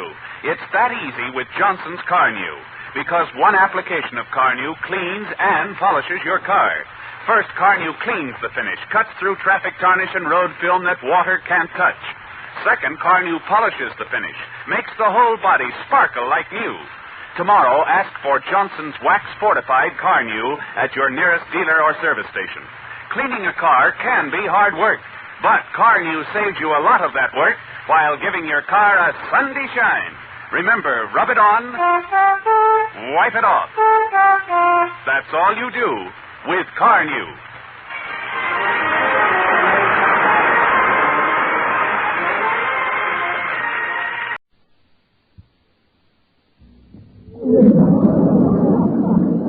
Johnson's Wax program with Fibber McGee and Molly.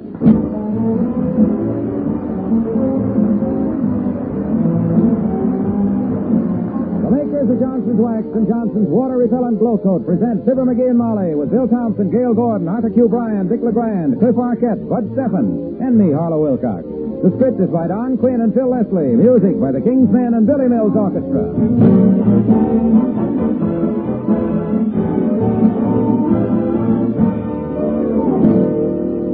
Fibber and Molly join us in a moment.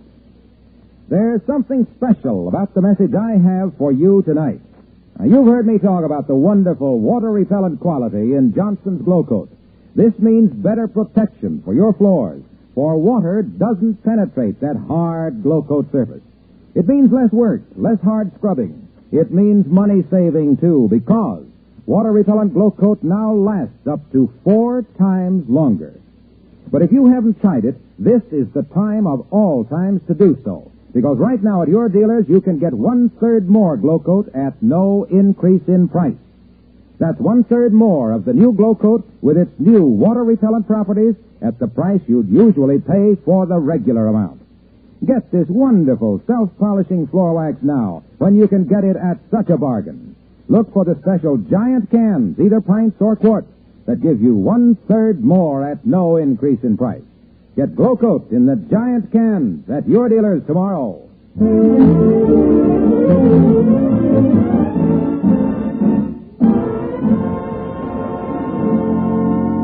In the average man's life, there are 2 great and soul-satisfying experiences.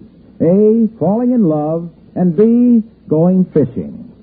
Mr. McGee of 79 Wistful Vista has been in love for 30 years, but he hasn't been fishing since way last fall. And today's the day as we join Fibber McGee and Molly.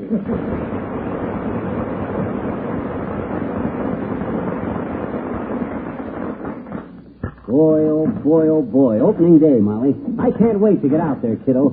Dugan's Lake will be jammed with them big mouth bass. Yes.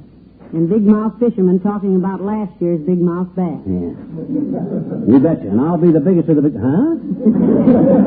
You know, one thing about going out there today, McGee, you can't fall in the lake. It'll be completely covered with boats. Oh, I'll find a place. Don't worry. I and Doc Gamble have got our usual $5 bet for who catches the biggest bass. And by George, I'm going to be... The doctor beat you on that last year, didn't he? Well... Didn't he catch the biggest fish? Yeah, but it was so close it should have been called a tie. My bass weighed 6 3/4, and his just barely weighed 7 pounds. Ounces. They ran a little small last year, but this year it's going to be different. I've studied up, and I'm going to fish scientific. Oh, not going to dynamite the stream this year, huh? I never dynamited a stream in my whole life. That ain't sportsmanly-like. I know, dearie. Mother was just kidding. But what's so scientific about fishing? Well, you take your properly balanced fly rod and automatic reel, string it with an HCH torpedo taper line, select the lure which approximates the natural fly peculiar to the vicinity, and correlate the general stream conditions with the phase of the moon. Heavenly stuff. Then you cast an upstream curve with a deft flick of the wrist, float a size 18 Hardy Royal Coachman over the feeding fish, and if you don't get a strike, you look around, and if no other fisherman is watching, you take the scientific fly off the hook and put on a gob of worms. My. Isn't science wonderful, though? I wonder, yeah. Hand me my fly rod, will you, kiddo? This thing here with a fly swatter tied on the end of it that I was trying to get a fly off the ceiling with yesterday? Yeah. Hey, you mustn't use this for that. My gosh, this is a $50 head and handmade split bamboo. Well, if it's split, take it back. Huh? For $50, you ought to get one. Oh, no, 50 by split bamboo. I mean, hey, where's my reel? Your reel what? My reel, you know, that big kind of spool thing that the fish line winds up onto. You know, the fastens on the side. Oh, yes. Yeah. Let me look in my sewing basket here. Mm-hmm. I found a big metal spool yesterday with some nice strong thread on it that was just wonderful for sewing buttons on your raincoat. And You sewing buttons? With my good $10 tapered fly line? How could you ever see? Now, don't get so excited, sweetheart. Huh? My goodness, I only used a few yards of it, and then it got too thick. Here you are right here, almost as good as new. Yeah. Ain't this a beautiful piece of mechanism, Molly? Listen to her hum. Ah, very pretty. But sort of complicated just to catch fish with. Oh, it ain't so complicated, kiddo. Very simple, in fact. Easy to take apart and oil and clean. Here, look. You just got to unscrew this little screw here, like this. Oh, don't do it now, McGee. It's almost time for you to... Shucks, it's a cinch. Just one screw here does the... Whoop! Where'd it go? Well, that's quite a spring. Looks like 40 yards of steel spaghetti. Where's them little cogwheels? Oh, here's one of them. Something went in the fishbowl, oddly enough. Oh, yeah, that's it. Oh, dear. Come in. Well, hello there, Mr. Oldtimer. Hello, daughter. Hello, Johnny. Hey, get your hand out of that fishbowl. You don't have to catch them that way. The season opens today. Yeah, I know that. My reel come apart and the cogwheel went in the... Ah, here it is. Are you a fisherman, Mr. Oldtimer? Yep, all my family was fishermen, daughter. I mind one time me and Papa was salmon fishing on the Lulacoochee River up at Rappahatchee Falls. The Lulacoochee River, eh? Indian name? Nope, named after a burlesque queen, Johnny. Anyways, me and Papa was sitting in a boat, and Papa got a little drowsy, so he tied his fishing line to his foot, dropped it in the water, and went to sleep. Well, sir, he was snoring away when all at once the big salmon grabbed his bait. There was a loud noise. That's dead. No, John, it wasn't like that. It was more of a splash, a holler, and a gurgle. Well, did he catch the fish? No, the fish caught Papa. There was a trail of bubbles like a seasick torpedo, and I got one last glimpse of Papa headed out to sea. My gosh, didn't you ever see him again? No, but we heard about him, Johnny. Yeah?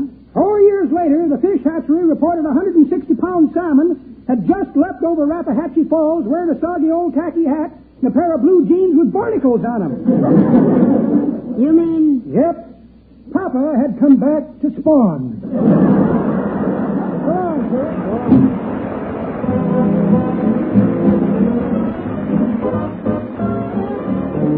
Billy Mills in the orchestra and Wilhelmina.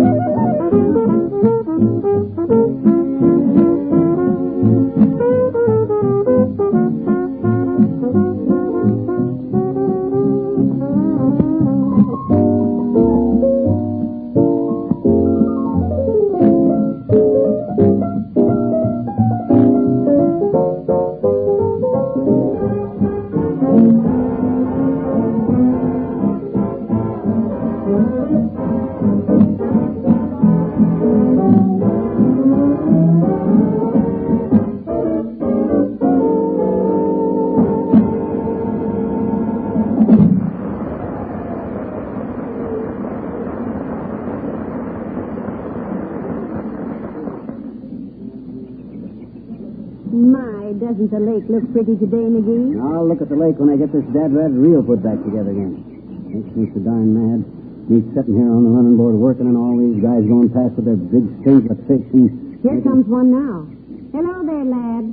That's a nice bunch of fish you had there. Yes, ma'am. What you using for bait, kid? Mice. Mice? What do you catch? Catfish.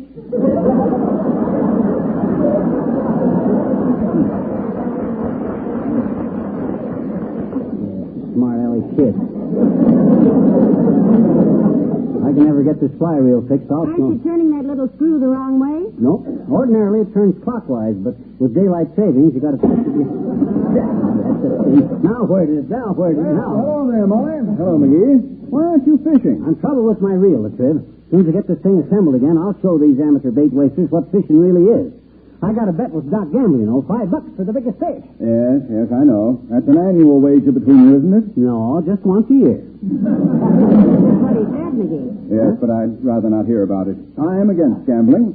I'm conducting a campaign against gambling in Wistful Vista. I'm going to drive it out of this city. You'll never do it, Latriv.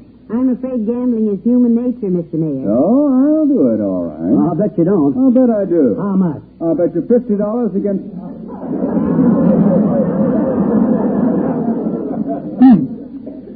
I was referring to professional gambling. Oh, yeah. Craps games, horse parlors, etc. I think that's wonderful, Mr. Mayor. As long as bookmaking is illegal, let's drive it out. You betcha. I felt real sneaky yesterday when I dodged into a certain guy's pool room to get a fin down on Hill Prince in the Kentucky Derby.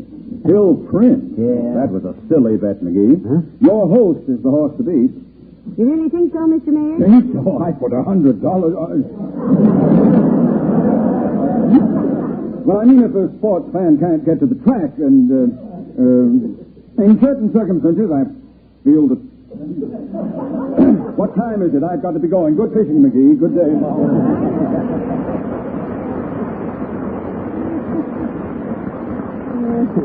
Yeah, there's only one trouble with human nature, kiddo. Too many people have got it. But if you're going to do any fishing today, Mr. Oh, my Mayor... gosh, yeah, I got to get busy. I got this thing almost together again now. Hey, ain't you fishing, McGee? Huh? Oh, hi, Carl. Hey. Hey, that's a whopping big fish you got there over your shoulder. Looks almost human, Carl. What is it? It's my wife. She fell out of the boat. Ruth? This is Missy McGee, Ruth. How do you do, I'm sure? I got to get her home and ring her out. See you later, folks. So long.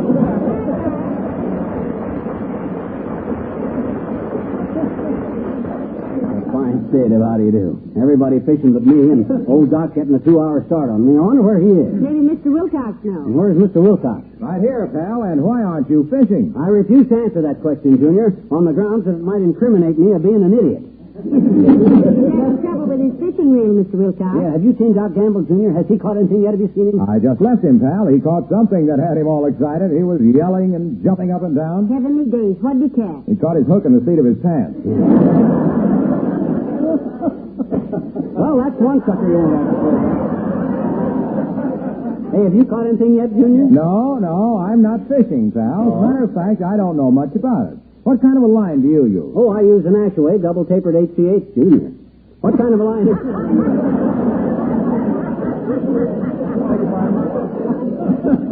What kind of a line have you been using? Why, I use the finest line that money can buy, of course.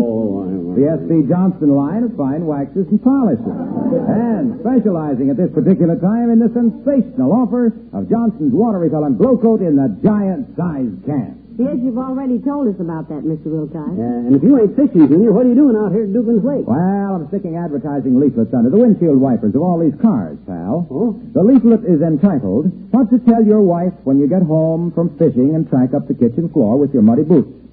Or, you too can keep your wife smiling and happy because by taking advantage of the great new giant can offer on Johnson's Glow Coat, which is positively water repellent, you now get 1/3 more of this wonderful protection for the same money. A pint and a third for the price of a pint, a quart and a third for the price of a quart of the finest protection for your floors and linoleum that money can buy. Because Johnson's water repellent Glow Coat stays on and stays bright longer than ever. Period. That's the title? What does the story say? The story says, buy some today. Show your wife that you're a real pal. And speaking of a real pal, what are you doing with that reel, pal? Well, I'm trying to get it fixed so I can get started fishing. This little screw here that's supposed to hold it together is always coming loose and... goes again. Like that, you see. I'll get it fixed. Don't you worry. I'll get it. Hey, I don't know why you should have so much trouble with your tackle, pal. Doc Gamble has a rod and an automatic reel just like yours, and he's really hauling in the fish. Where is the doctor, Mr. Wilcox? Well, look along the shoreline to the west there. Yeah, I'm looking. Look past 3 or 4 fishermen in the rowboat. Yes. And just past them to the left. You see the big thick oak tree? Yes. Well, it's not a big thick oak tree. That's Doc. Go on, Wally. Good luck, pal.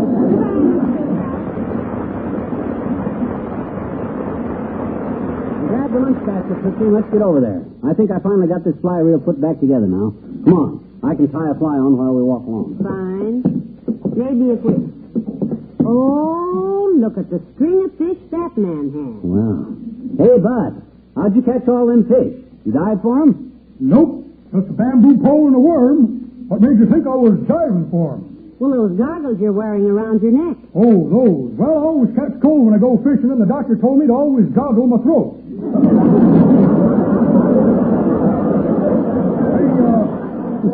You want to know a good place to fish, Mac? Yeah. Yeah, where? Out there in the water. You won't do yourself so good. Stand back here.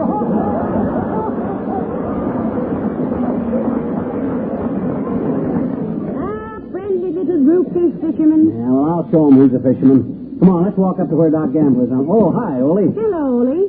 Want to walk along with us? Yeah, sure, Mrs. Hello, McGee. Hey, did you see my little kid, little Loris, out here? His teacher calls from school and says Loris plays hooky today. Yeah, what makes you think he's out here? Maybe he went to the movies. Loris don't sneak out the back way and take my good fishing rod. Used to go watch Yump along Cassidy. Well, now, don't be too hard on the youngster, Ole. He's a good boy. Say, how's he doing in school? Does he get good marks from his teachers? That I don't know about the marks he gets from the teachers, Mrs. But when I catch him with my fly rod, he gets marks from me to hickory stick. You know, there's an old saying. Don't spare the child if he spoils your rod. And I believe it. Ah, don't be a sorehead, Ole. My gosh, you were a kid once yourself, weren't you? Well, now that you mention it, McGee, I guess I was at one time. I was just about Ross's age when I played hooky and took my papa's fishing pole. I caught a big salmon, too. Now, there you see. I'll bet your father didn't scold you either. No, Papa didn't scold a word, Missus. He just took me out to the woodshed, peeled down my britches, and railed the tar out of me with my own salmon.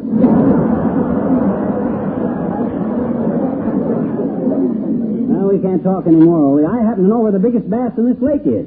And if you'll keep quiet, I'll let you watch me catch him. That's very generous of you, McGee, but no thanks. I watched you fish last year, and I learned one thing. What's that, Ole? Anytime I wait for him to catch a fish, I'm just donating my time.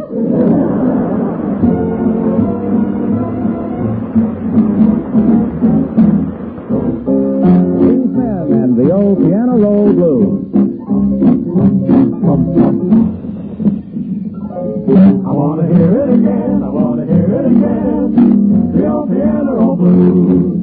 We're sitting at the upright, my baby and me, pushing on the pedals, making sweet harmony. I want the rinkety tink and then the plinkety plink. We got a closer it seems. Kiss, kiss, kiss, away all our cares while that piano rolls out razzmatazz. I want to hear it again, I want to hear it again. The old piano roll blues. I'm gonna pump, pump, pump, cause I'm telling you, I want to hear the old piano roll blues. Piano roll blues.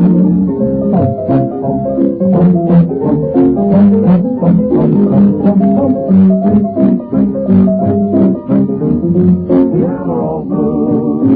Kiss, kiss, kiss, a pump, pump, pump. Play that jazz, the razzmatazz.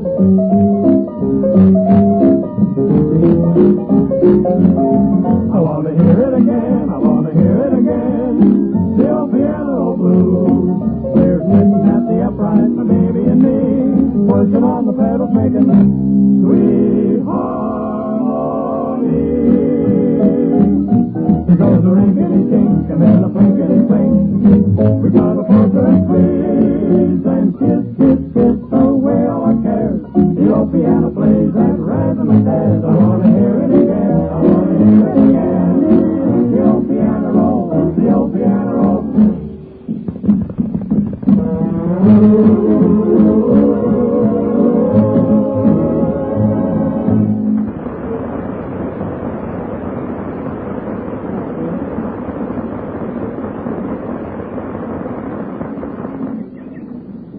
there's old Doc out on the pier there, kiddo. Let's go show him how fish ought to get caught. Maybe he'd rather fish alone, dearie. What do you mean alone? We got as much right out on that pier as he has. More. There's two of us. Come on. Hey, cut that noise. What do you think you are? Oh.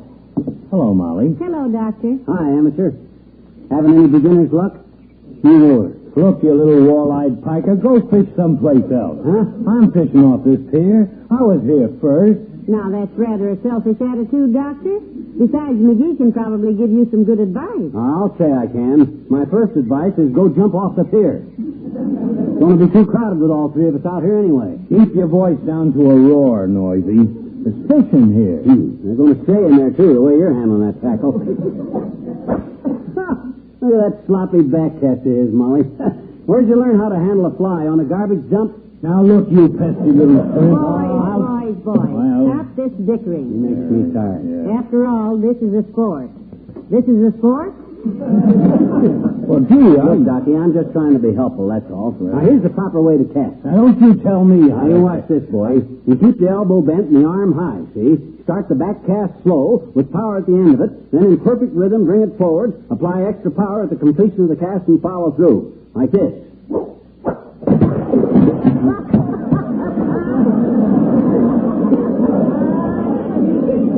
Beauty, dearie. Yeah. That was as big a splash as I ever saw. I could hit the water with less noise with a sack full of billiard balls. Look, the idea, McGee, if you haven't caught up with it, is to catch the fish on a hook, not scare them to death and let them wash ashore. Gosh, I ain't even warmed up yet. You've been fishing all day.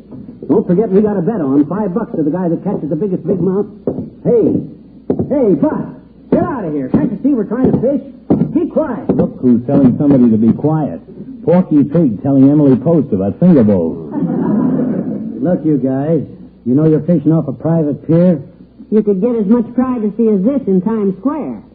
What do you mean it's a private pier, Bud? We fish off this condemned lumber pile every year. Quiet, Lippy, quiet. You want us to get kicked off? I'm very sorry, sir. I'm Dr. George Gamble, and this is Mr. McGee, and this lady is his wife, unfortunately. And it don't make no difference who you are, mister. You're still trespassing. You can be arrested for this, you know. Did you see the sign? Well, we saw a sign that said fine for trespassing, and we thought it was, too, so we just came out. Molly. Easy there, Molly. I'll handle this. Money talks, you know, particularly hush money. What you mean? Quiet. Look, brother, after all, this is the first day of the fishing season, so let's be reasonable. Well, what's your idea of reasonable, Doc? Oh, say, $5?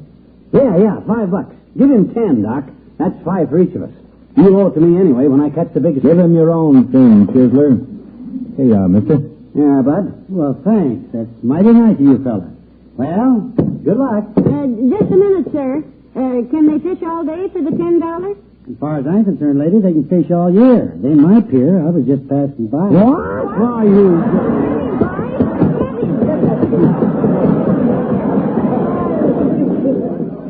Well, go on with the contest, Fatso. All right. You take that side of the pier, and I'll take the shady side because I burn easy. Now, wait a minute, Gabby.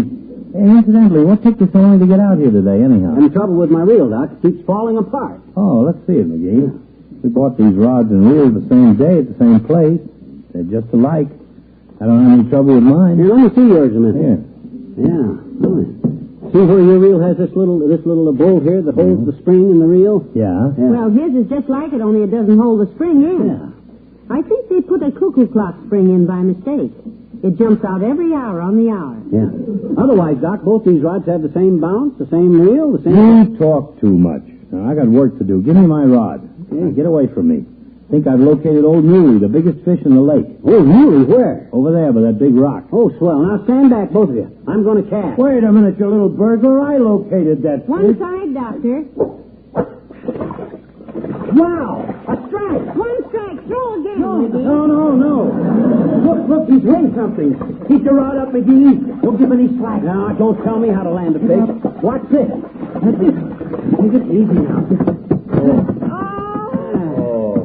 My goodness, he landed it. Good work, dearie. It's a beauty, too. Ain't that a whopper? Boy, oh boy, look at that, will you? He'll weigh a pound if he weighs an ounce. You get your $5 ready, Doc. Pipe down. I got a strike. What, you have? Yeah. Oh, yes. Oh, whoa. Oh, heavenly days, look at that thing. Ooh. Looks like a whale, Doc. It's old Muley. That's who it is. Get back, McGee. Give me elbow room. Oh, Give him slack, Doc. Out of the way. Give him slack. Give him a sporting chance. Be quiet. I'm landing it. Oh, boy, isn't this exciting. Oh, I leave never it. saw such a big Ease him in, Doc. Ease him in. Don't horse him. I got the net ready. Ease him in. I got him. Here he comes. Look at him. That's the biggest fish I ever... Oh, what's it? Great... Oh, did you see that? My reel went all to pieces. Is that what yours did, McGee? You know something, Doc? That was my reel you were using. I must have accidentally gave you back the wrong rod. Imagine that. That's too bad, too. That was the biggest fish. Get away from me. You gave me...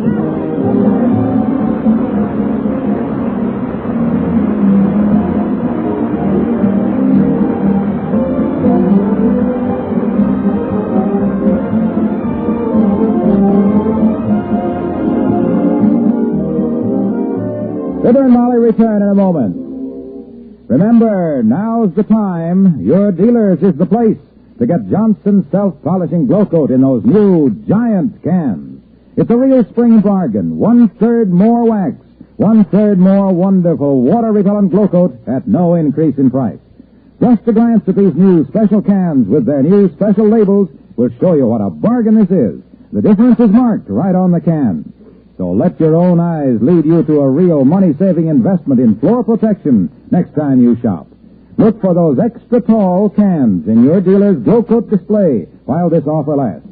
Get Johnson's water-repellent glow coat in the special giant cans at your dealers tomorrow.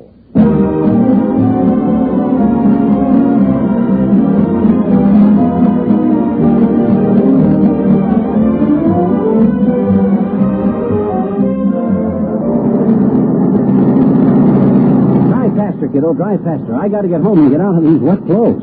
You know, I never saw Dr. Gamble in such a temper. Yeah. I was afraid he was going to throw me off the pier, too. Good thing you didn't. It was you that threw me that lifesaver. What flavor was that? Peppermint. You want another one? Yeah, thanks. Good night. Good night, all.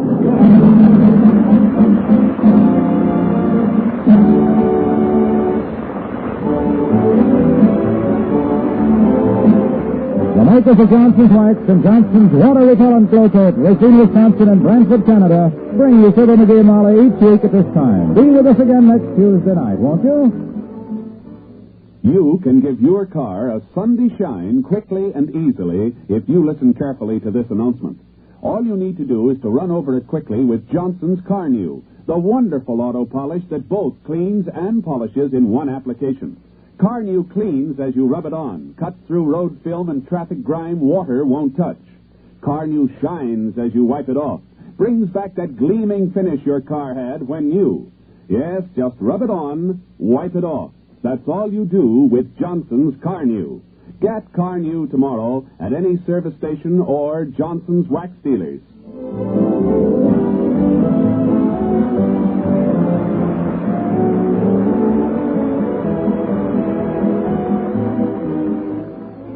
Next, Steve Wilson combats crime in Big Town on NBC.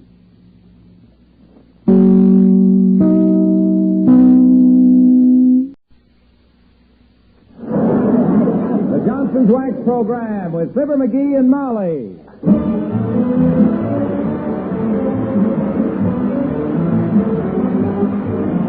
The makers of Johnson's Wax and Johnson's water-repellent glow coat present Fibber McGee and Molly with Bill Thompson, Gail Gordon, Arthur Q. Bryan, Cliff Arquette, Bud Stephan, and me, Harlow Wilcox. The script is by Don Quinn and Phil Leslie. Music by the King's Men and Billy Mills Orchestra.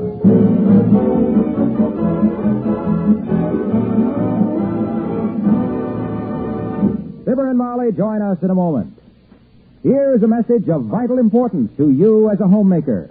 Millions of women already know about the wonderful new water repellency of Johnson's Glow Coat. They know that water repellency means better protection for floors, for water doesn't penetrate that hard glow-coat surface. It means less work, less hard scrubbing. It means money saving, too, because water-repellent glow-coat now lasts up to 4 times longer. But if you haven't tried it, this is the time of all times to do so. Because right now at your dealers, you can get 1/3 more glow-coat at no increase in price. That's 1/3 more of the new glow-coat with its new water-repellent properties at the price you'd usually pay for the regular amount. Get this wonderful self-polishing floor wax now when you can get it at such a bargain. Look for the special giant cans, either pints or quarts, that give you 1/3 more at no increase in price. Get Johnson's Glow Coat in the giant cans at your dealers tomorrow.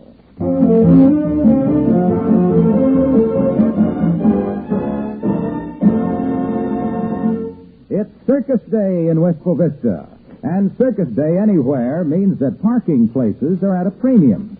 If you have any regard for your fenders, you pay the premium. Like Fibber McGee and Molly.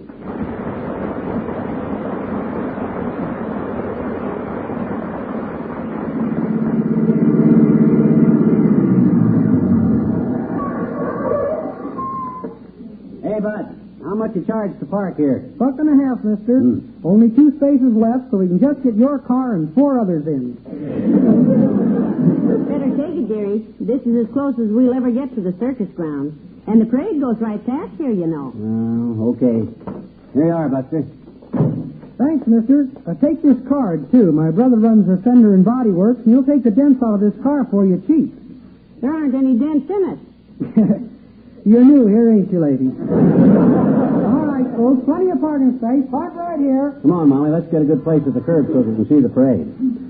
I want to be able to wave if I see any of my old pals from the circus. My goodness, dearie, I didn't know you had any circus friends. Oh, my gosh, kiddo. Show business is show business. Lots of the people I and Fred Nittany knew in vaudeville have went into circuses. Whatever became of Fred Nittany? Last I ever heard of him, he was talking about opening a restaurant. Yeah, all actors talk about owning a restaurant, Snooky. They like to be close to the groceries. And I don't know where old Fred is now. He tried... Oh, hi there, old-timer. Hello, Mr. Old-Timer. Hello there, kids. What you doing out here? On the street? Waiting for the parade, old-timer. Then we're going to the circus. Mostly on Molly's account. Sold stuff to me, of course. Been on the stage most of my life. I was 37 years old before I ever went in the front door of a theater. Must have been a long line ahead of you. What was playing there, dearie? Speaking of long lines, daughter, that's where I come from. Of circus folk. Yeah? Ever hear of Madame Van Dyke, the bearded lady? Oh, sure. Know the name well. Well, kids, that was Papa. My Uncle Cyril was a daredevil. Daredevil? Used to shoot him out of a cannon twice a day. They didn't put enough gunpowder in one day, and Uncle Cyril lost his job for turning up half shot. Interesting family. You think that's interesting, daughter? Well, let me tell you about Grandma. Grandma? My Grandma was the first woman fire eater in the circus. Wow. Sylvia Stromboli, the Lady Volcano, she was billed as. How did her dentist bill himself? Dr. Sender, the Ember to Remember? I'm sorry. You should be. Well, sir, Grandma was a very talented woman, kid. Yeah? She could drink a cup full of naphtha, strike a match on her teeth, and broil a T-bone steak at 50 paces. Must have been a popular girl at Weenie Roast.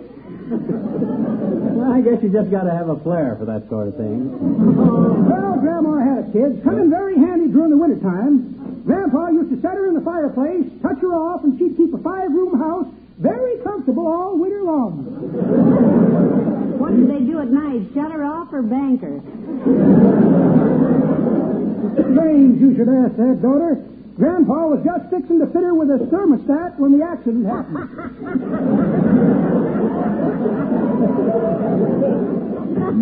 What's the accident? She get put out about something?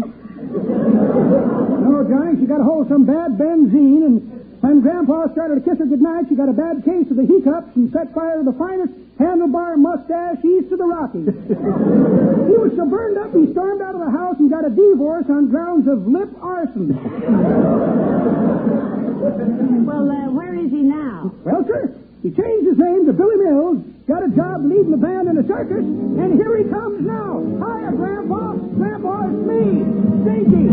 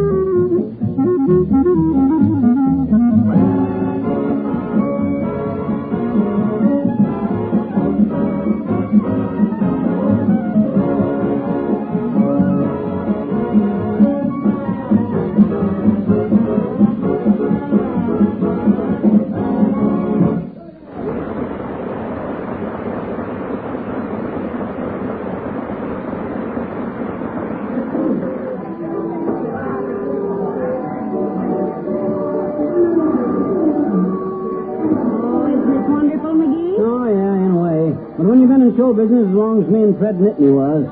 You remember me speaking to Fred Nittany, the fellow from Starved Rock, Illinois, that I am here in vaudeville together for so long ago. Yes, yes, I do, dearie. Though I haven't heard you mention his name for at least 5 minutes. Any kind of show business always reminds me of good old Fred. Fred was the kind of...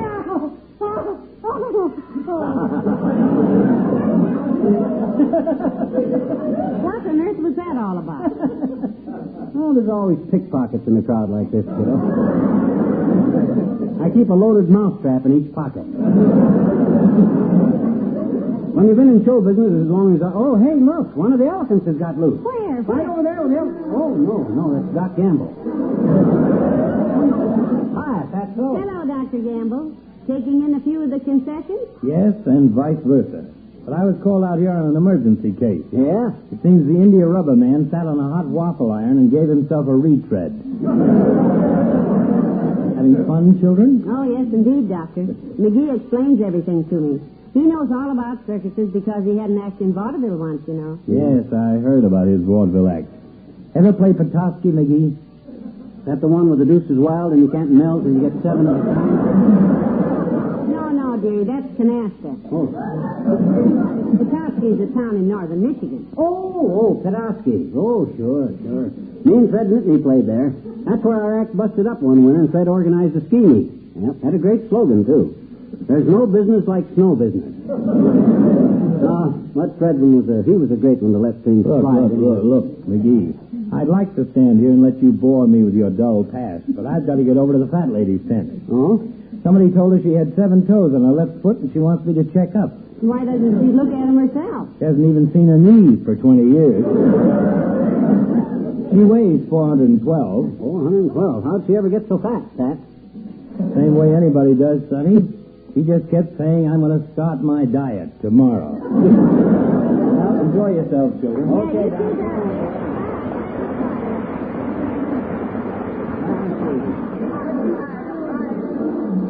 Remind me to start my diet tonight, McGee.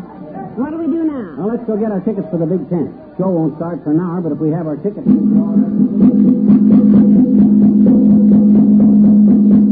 right. Come a little closer, folks, and see us justifying an amazing feat of magic. A simple but baffling bit of legerdemain which can be performed in your own home.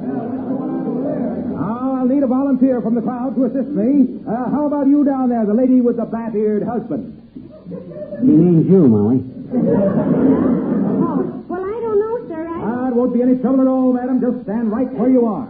Hold up your purse, please, madam, where everyone can see it. All right. Now, hang on to it tight, kiddo. This may be a trick. I've got it. All right, now watch me closely, ladies and gentlemen. I have in my right hand here an ordinary square of cotton cloth, slightly dampened. And in my left hand, a little plain old wistful wisp of mud. I simply pass the damp cloth over the dirt, and presto, el scrammo gesundheit. The dirt has disappeared. Will you tell the folks what you have in your purse, lady? Take it right out. That's it.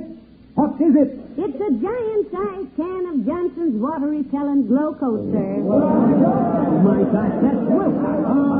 That's how quickly dirt and dust and still things wipe up with a damp cloth. When your floor is protected with that great modern miracle, that wonder of the age, Johnson's water-repellent flow wax. My gosh, that guy'll do anything. And for a limited time only, through all Johnson dealers everywhere, a sensational offer of 1/3 more of this amazing new product for the same old price. A pint and a third for the price of a pint. A quart and a third for the price of a quart. Think of it, folks. Johnson's genuine water-repellent glow coat in the giant-sized can. It stays on and it stays bright and absolutely water-repellent. You had a question, brother? Yeah. Where are the dancing girls?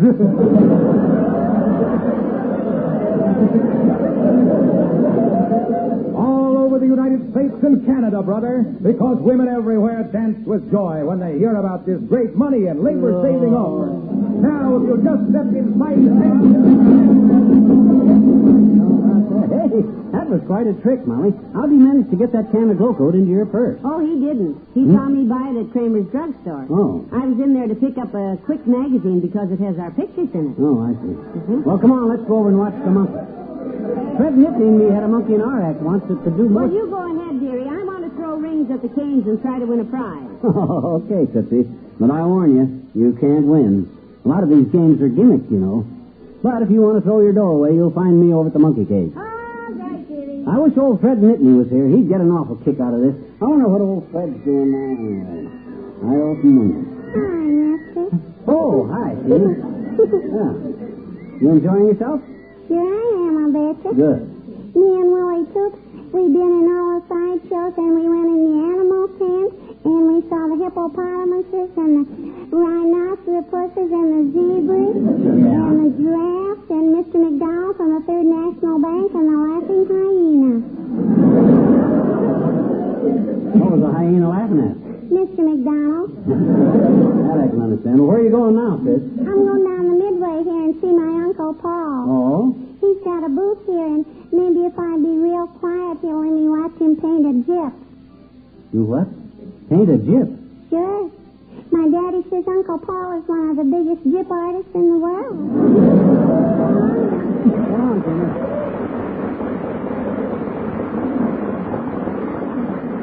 So long, Sis. Don't take any wooden popcorn.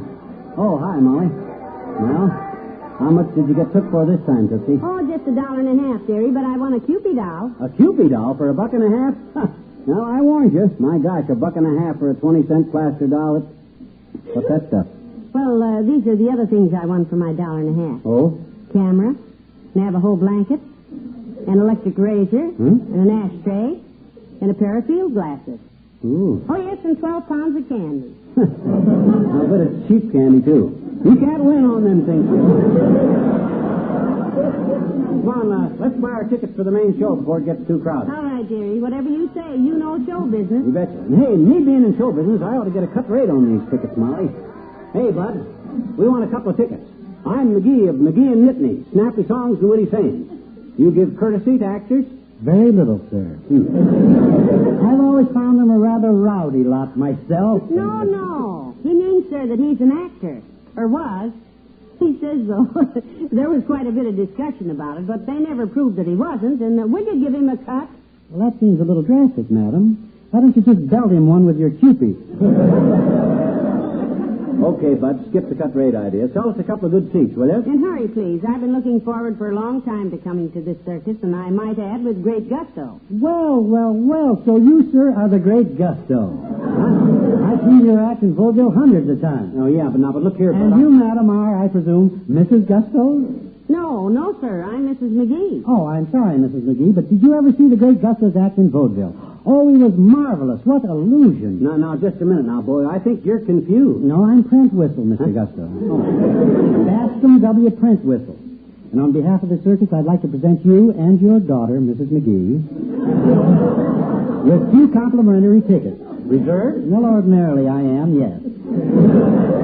But on occasions like this, I get quite emotional, Mr. Gusto. Yeah. Oh, your magic act was one of the finest. Now, wait a minute. Let's get this straightened out. His name is not Gusto. His name is McGee. Oh, I'm sorry. I thought your name was McGee. It is. What became of the great Gusto? Did he do his great disappearing act for us? I'll swear I was looking right at him. Gad, what a marvelous illusion. And you, sir, what can I do for you?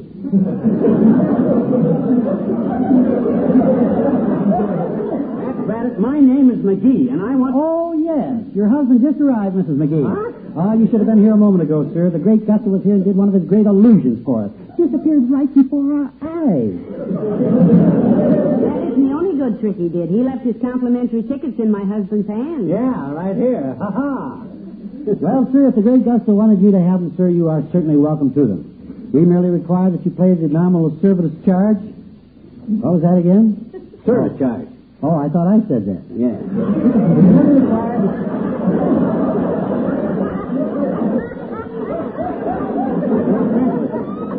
I am? Yeah. I thought I was Gusto. Oh, no.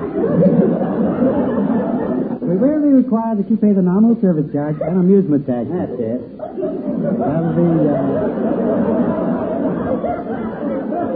let's see, that'll be $14.90. Heavenly days, Mr. Prent Bascom. A whistle.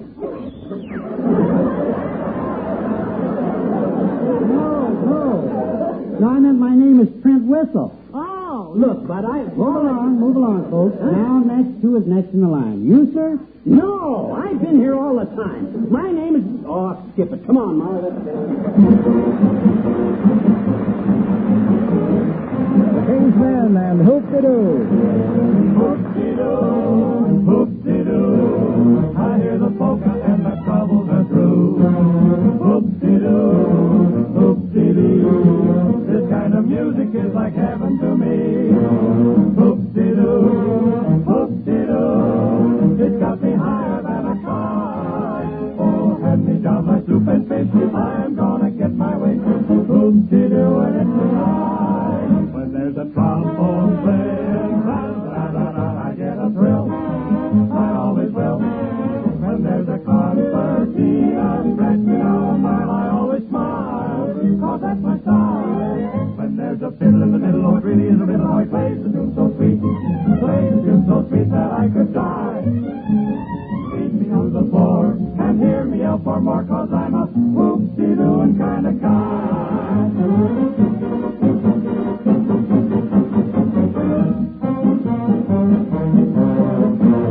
Hoop-de-doo, hoop-de-doo. I hear the polka and my troubles are through.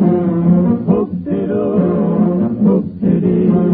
This kind of music is like heaven to me. Hoop-de-doo, hoop-de-doo. It's got me higher than a kite. I'm in clover, I'm in bloom. When I dance and give me room. Hoop-de-dooing it with all of my might. Rain may fall and snow may come, but nothing's gonna stop me from hoop-de-dooing it, hoop-de-dooing it tonight.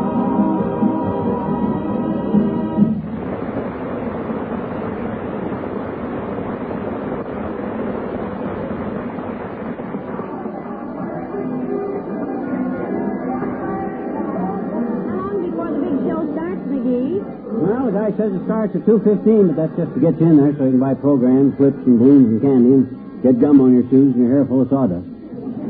We still got time to see some more sights, well, hello there, Molly. Hello, McGee. Having fun? Oh, hello there, Mr. Mayor. Yes, we are. Lots of fun. Pile of trivia, lots of fun. What you doing? Collecting the poll taxes for the tent poles? I am here, McGee, in what I consider the best interests of the taxpayers. Good for you, Mr. Mayor. Yes. I felt so tired today that I knew if I did any work, I'd louse it up. So, I came to the circus. I see. It's lots of fun. Yeah. Besides, I have a great interest in the entertainment business. Ah, yes, we know. We've met her. Yeah, nice girl. Where is Fifi Latrell? I was not referring to Miss Tremaine. Oh. No. But I have a morbid interest in giraffes. Giraffes? Oh, do giraffes fascinate you, Mr. Mayor? Why? Because, being a politician myself, I'm always amazed how any living creature can stick his neck out that far without uttering a word. Well, personally, Latrell, I like circuses because I'm an old showman myself, you know. Had a vaudeville act with a fellow named Fred Nitley from Starved Rock, Illinois. He and I did Yes, I know. greatest act vaudeville ever produced. My gosh, where'd you hear that? From you. Oh. At least 100 times. A modest estimate, I'm sure. Oh, do you have to go, Mr. Mayor? Yes, I do. I'm going over and get a glass of punk lemonade. That's pink lemonade. I've seen it. It's punk. I've tasted it.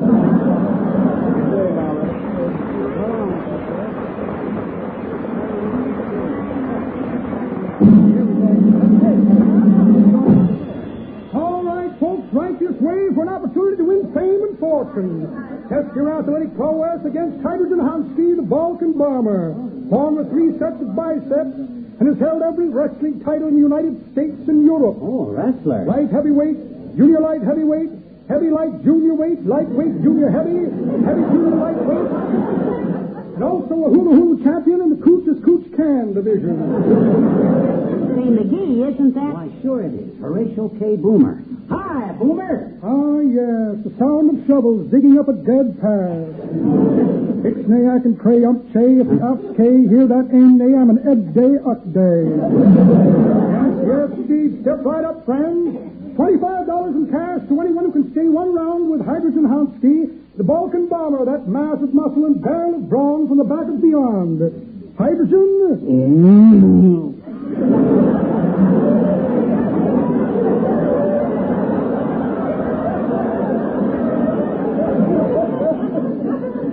Note the muscular development of the region of the trapezoid, friends. This magnificent development was caused by years of trying to recover stuck nickels and pay telephones. Hydrogen, show the people how you can tear a telephone book into microscopic fragments with your bare hands.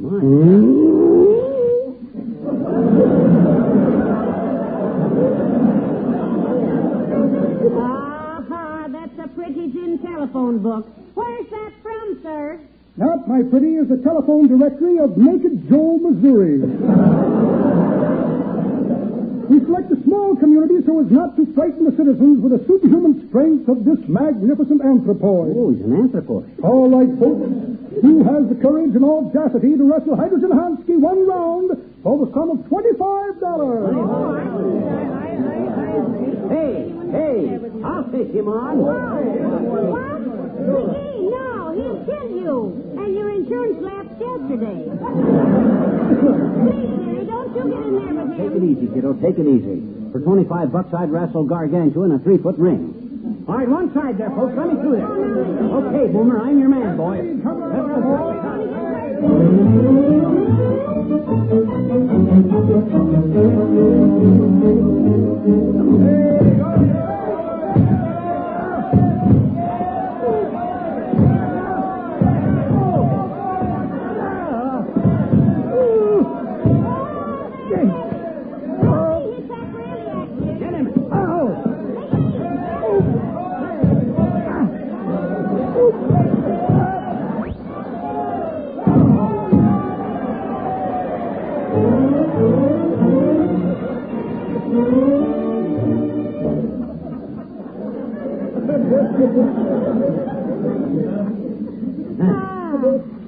McGee, you are simply magnificent.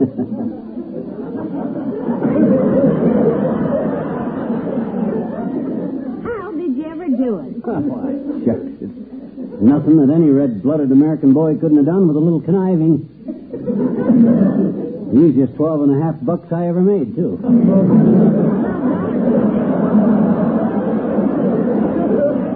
Did you say $12.50? Yep. I thought you were to get 25. Well, I was to get 25, but I thought it was only fair to split with the wrestler. Hydrogen Hansky? But why? My gosh, kiddo, don't you know who that guy was? That wrestler? That was Fred Nitney. Fred's the fellow from Starved Rock, Illinois. I'm the head of the...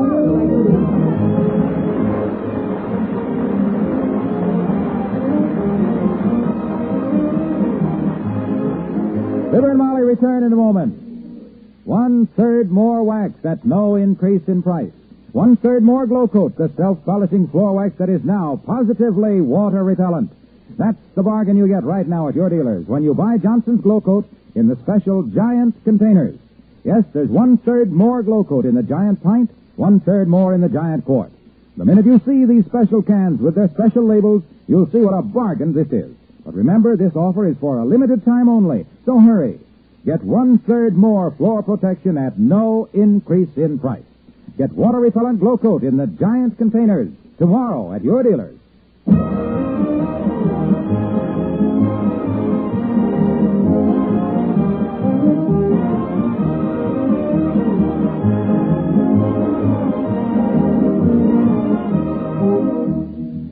Molly, may I have a word with you? Certainly, Mr. Wilcox. I have been asked by the subscribers to the Telegraph Delivery Service, representing 5,500 retail and wholesale florists, to present you with this award, Mother of the Year for 1950. Well, my goodness, It's made in the dual recognition of your successful career as one of America's foremost radio entertainers and your more important role as a real-life American mother.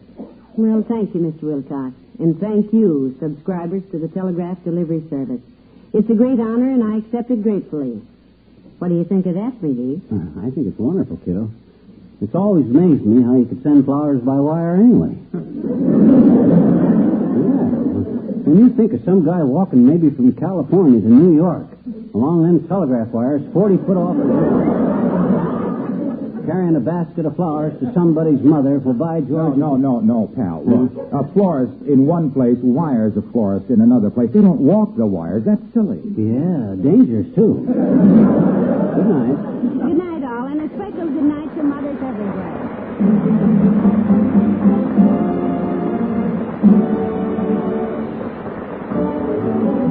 The makers of Johnson's Wax and Johnson's Water Repellent Glow Coat, Racine, Wisconsin, and Brantford, Canada, bring you Fibber McGee and Molly each week at this time. Be with us again next Tuesday night, won't you? Spring's the time when everyone wants a bright and shiny car to drive. And that means spring's the time to clean and polish your car to gleaming brightness with just one application of Johnson's Carnew. Yes, Carnew is that wonderful auto polish made by Johnson's Wax that cleans and polishes in one application. Rub it on. Carnew cuts through traffic film and road tarnish water won't touch. Wipe it off, and there's your car shining like new. Yes, rub it on, wipe it off. That's all you do with Carnew. Your car shines brighter because Carnew cleans cleaner. Get some tomorrow.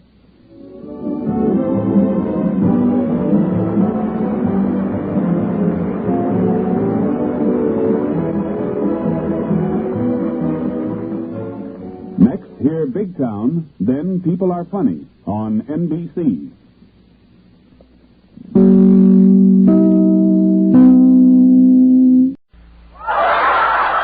The Johnson's Wax Program with Fibber McGee and Molly.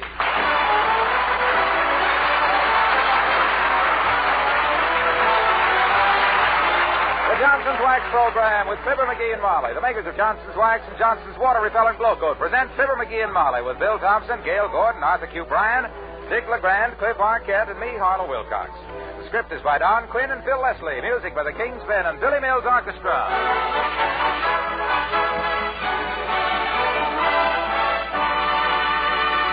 Fibber and Molly join us in a moment. By this time, millions of women have tried Johnson's new Glow Coat on their floors and linoleum. They've found out what it means to them to protect their floors with a self-polishing floor wax that's positively water-repellent. Brighter shine, less work, less scrubbing. Real economy, too, for water-repellent Glow Coat lasts up to 4 times longer. But now, how about you? Have you ever actually used the new water-repellent Glow Coat? If not, this is the time of all times to do it. For right now at your dealers, you can get 1/3 more Glow Coat with its new water-repellent properties at the price you'd usually pay for regular pints or quarts. Now, this offer is for a limited time only, so take my advice. Take advantage of this opportunity while it lasts. Look for Glow Coat in the special giant cans that give you 1/3 more of this wonderful water-repellent floor wax at no increase in price. Get Glow Coat in these special giant cans at your dealers tomorrow.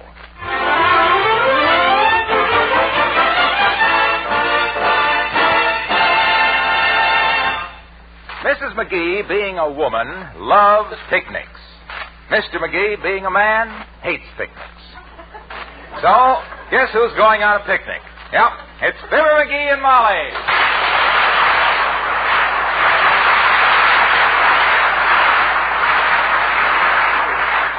the basket.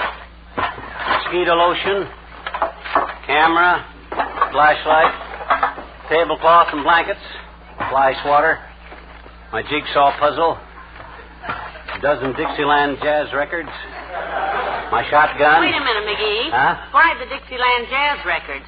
We haven't anything to play them on. And why the shotgun? Target practice, kiddo. You throw the records up in the air and I shoot at them. Now, let me see. What else do we need? McGee, where's the apple butter? Apple butter? What apple butter? Why, I had a whole tin of it on the running board there. Oh, my gosh. Was that apple butter? Huh.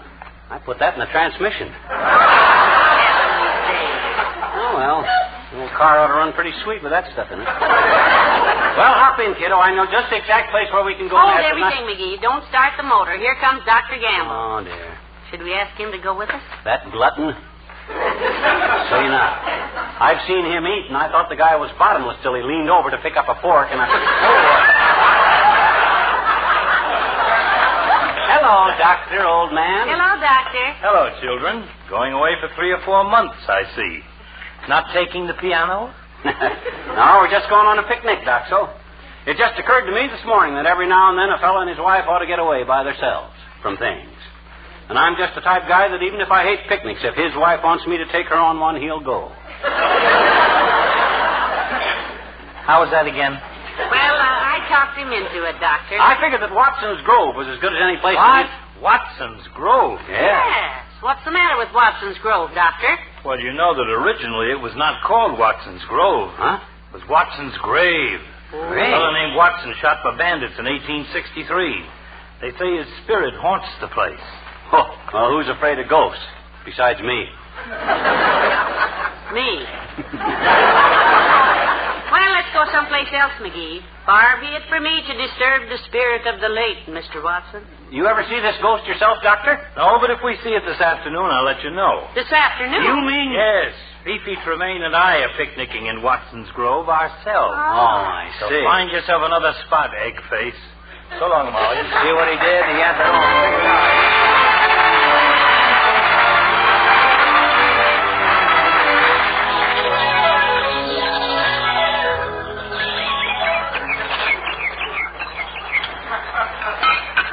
Be sure and don't tip over the thermos jug, dearie, and hand me the hamper. Thank you. Now, won't you admit this is fun? Oh, sure, I guess so. You'll admit this is a better spot than Watson's Grove, too. Look at this country. Nobody around here for miles. It's wilder than a cross-eyed pitcher up against a left-handed batter. It's just beautiful. Yeah. This reminds me of the place back in Peoria, up on top of Kickapoo Hill, where we used to go picnicking. Remember? Yeah. Remember the time you and me and Otis Cadwallader played hide and seek? And Otis hid in a hollow tree that was full of bees?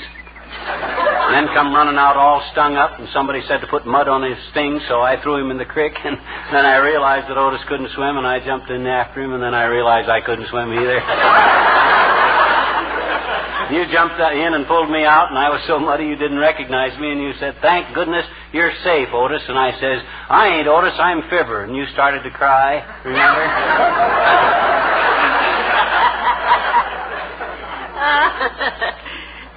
Didn't we have fun, though? Yeah. Remember that... Oh, look! Somebody's little red collie. Here, doggy, here, doggy. Hey, that ain't a collie. That's a fox. A fox? Boy, this is a great country, and look at it. Really close to nature. Not a living soul within a dozen miles of it. I'll bet that little fox... Heavenly days, look! It's the mounted police. Look at the redcoats. Hey, it's a fox hunt. Grab the lights, kiddo. We'll get trampled by the horse. Cars off the way.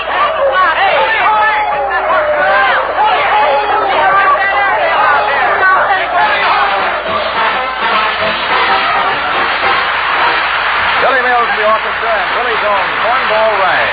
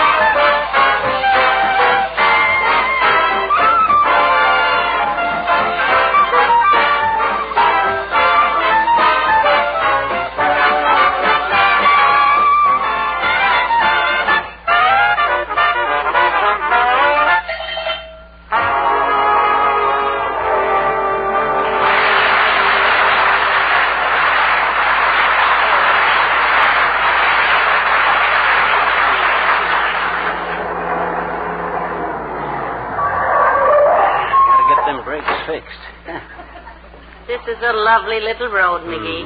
Bring the basket and the blankets and things, and let's find a nice spot in here. Okay, kiddo, but the thermos jug is leaking. It got kicked by one of them horses.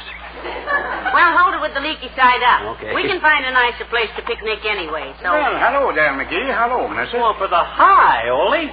What are you doing way out here, Ole? Don't tell me you're picnicking, too. Oh, no, Mrs. I used to walk out from town to visit my cousin. He's got a little truck farm out this way. Oh, truck farm. Raises vegetables, eh? No, he raises trucks. Raises trucks? Why, that's ridiculous. Sure, but it pays good. He raises trucks out of mud holes with 2 mules. You see, when the trucks get stuck in my cousin's mud hole, he unstucks them with his mules, and then they really get stuck. $10, he sure is. $10? That sounds like quite a business. That'll teach the local drivers not to muck tracks with their Mack trucks. How's he doing, Ole? Oh, his business gets so good. This spring, he puts on 2 more mules and opens a branch mud hole down the road.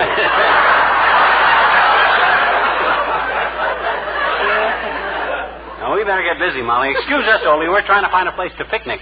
Do you and your wife ever go on picnics, Ole? No, Mrs.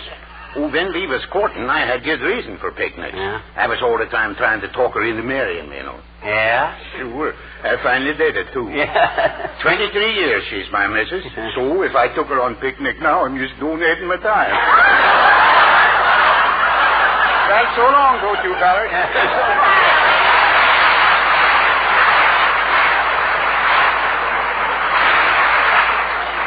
Come on, McGee, let's walk on up this pretty road here and see if we can't find a nice place to Hey, park. here's the spot. Let's see, look. Through this bunch of bushes. Oh, boy, look at that beautiful grass.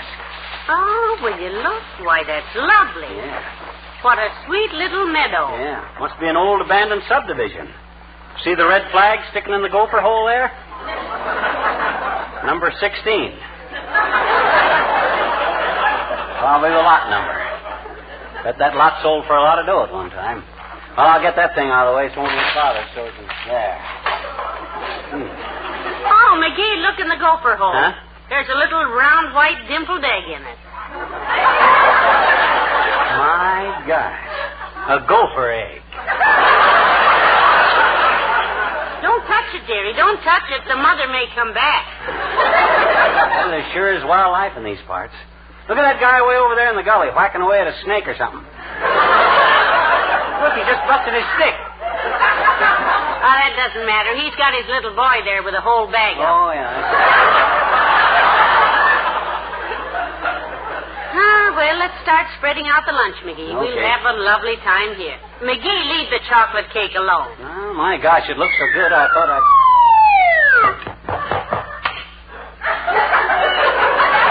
What was that? I don't know, something landed in the potato salad.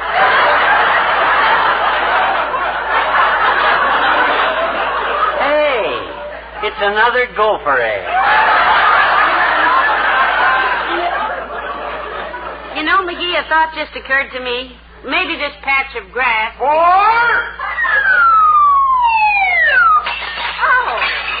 Hey, somebody busted the olive jar. Hey, what the heck's going on? McGee, pack up quick. Huh? We must be trespassing. What? Here comes a bunch of farmers, and they're all carrying clubs. Let's go, kiddo. You take the basket, I take the cake. Okay. Hey, you, get off of that golf green. Hey, this is a championship match. Go on, I'll beat it. Hey, you got a lot of nerve coming around here. Come on, dearie. Let's duck through the hedge here. Whew. We got out just in time, kiddo. They'd have killed us.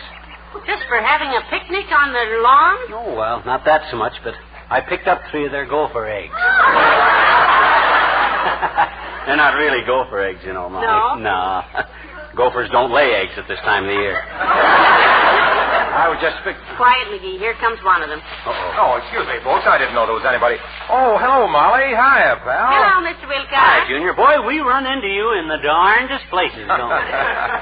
Yes, I'm following this golf tournament, kids. I'm taking a shortcut to the next tee. What's so interesting about the next tee? Well, it's number 17. 520 yards over a wide stream. Oh. A couple of friends of mine are playing, and I gave them each some of that sensational Johnson's water-repellent glow coat. Why? Are you trying to tell us, Junior, that with Johnson's water-repellent glow coat on a golf ball, it won't go into the water? Pal, it works like a charm. Yeah? Probably just psychological, I suppose, but with a golf ball dipped in glow coat and a powerful drive, if it's high enough and far enough, it avoids that stream of water like it had hydrophobia.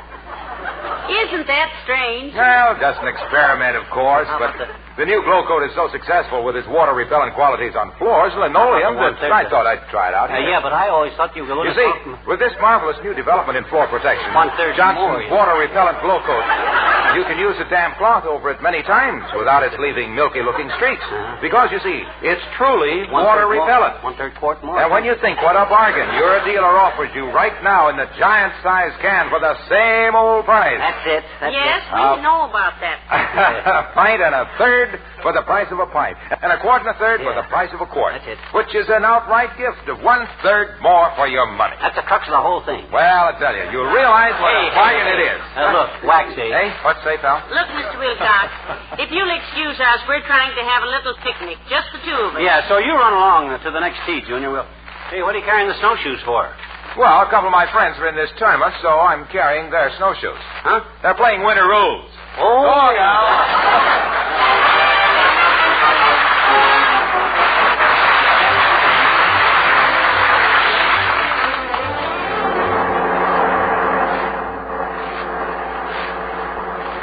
Where are we now, McGee? Search me, kiddo. We ought to be somewhere near Crawford's Creek. There's a wonderful place to picnic there if I can only locate... Oh, hold it, dearie. Hold it. Here comes the man. Let's ask him. Okay. Hi, Bud. Good day, sir. We're looking for Crawford's Creek, sir, but we don't quite know where we are. Yeah. Can you give us a few directions? Why, certainly, sir. Fine. That way is north, that way is south, that's west, this is east, that way is down, and I never did know which way is up.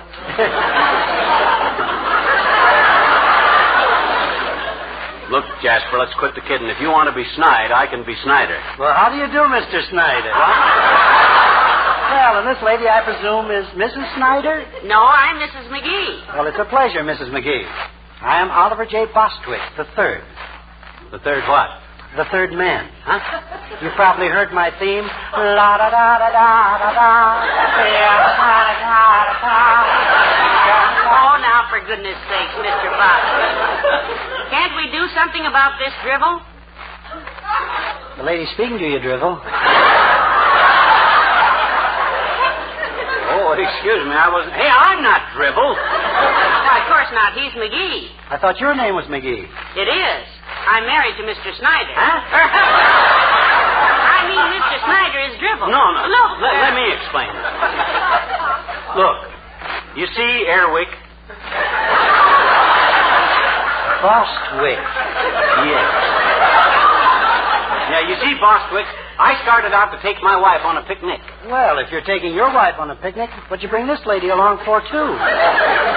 Your wife will be pretty annoyed when you show up for the picnic with Mr. and Mrs. McGee, Mr. Snyder. Oh, no, now, wait a minute. This isn't... She's a cute kid and all that, but... I am not. You are, too. She is what? My wife. Really? Oh. Oh, then I've been confused. You must be Mrs. Snyder, Mrs. Snyder. Huh? If you're married to Snyder here. Not Snyder, McGee. What? I wasn't speaking to you, dearie. I was speaking to him. But my name is not McGee, Mrs. Snyder. No, our name is McGee. Both of us. It is? Yeah. Well, what happened to that other couple I was talking to? They were... Oh, what's the matter with me? They were going on a picnic. Why, sure. Say, why don't you folks join them? You'll find them at Crawford's Creek. Well, for heaven's sake, where is Crawford's Creek? Yeah, where is it?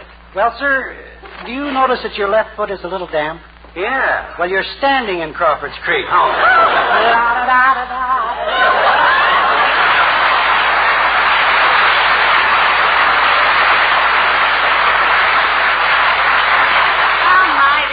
Lovely spot, McGee. Yeah, but I'm hotter than a $3 raincoat. Let me hang my coat on this old sign here. Hey, it's nice and shady here, isn't it? Oh, yes. I just love these big boulders. Mm-hmm. Now, you just sit down and relax, sweetheart. Mother will spread out the lunch. Boy, am I hungry. I just want to lay here on my back on the grass with a sandwich and catch cold like I always do at picnics and go home. Oh, wait a minute, McGee. Somebody's coming. My gosh, can't people leave us alone? When all we want is a quiet picnic out in the... It's Mayor Latrivia. It is. What the Sam Hill does he want? Molly, you can't picnic here. Why can't we, Your Honor? Yeah, why can't we? My gosh, we've been chased out of everything. You'll have to get out of here. The new highway comes through here, you know. Not today, it doesn't, Mr. Mayor. Oh, this ain't city property anyway, Latrivia. You got no right to make a... I know it's not city property. It's county property. Well. Do you know what time it is? Yes, it's time people stop bothering us and let us have our little picnic where we... For your information, it's 4 minutes to 3. It is? Well, gee whiz, no wonder I'm so hungry. Hand me a sandwich, kid. No, you don't have time to eat. Oh, yes, we do. Heavenly days, we planned all week. No, please, don't argue. Bring your things and run this way. McGee, where's your coat? Hanging on that sign over there, but... Didn't you read the sign? No, he didn't. We've been reading signs all day. Keep off, no trespassing, no picnicking, beware of the... Oh, here's your coat. McGee, read the sign. Huh? Read the sign. Danger. Blasting here, 3 p.m. County Highway Commission. Well, so what? What? Oh, my God! Grab the shot. I got... I'll help you.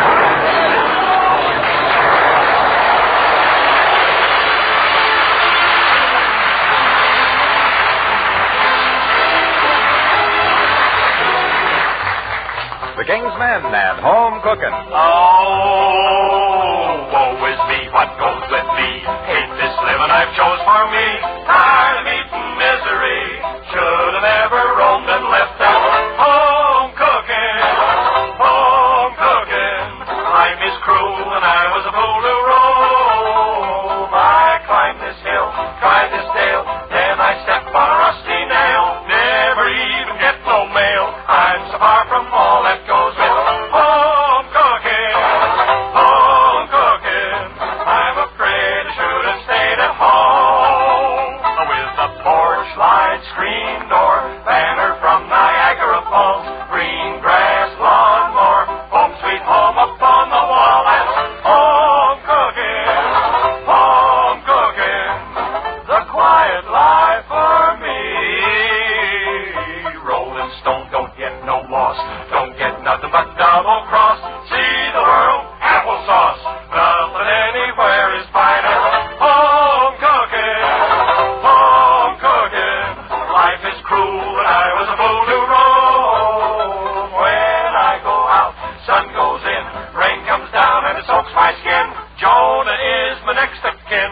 Darn the luck I should have stuck with home cooking.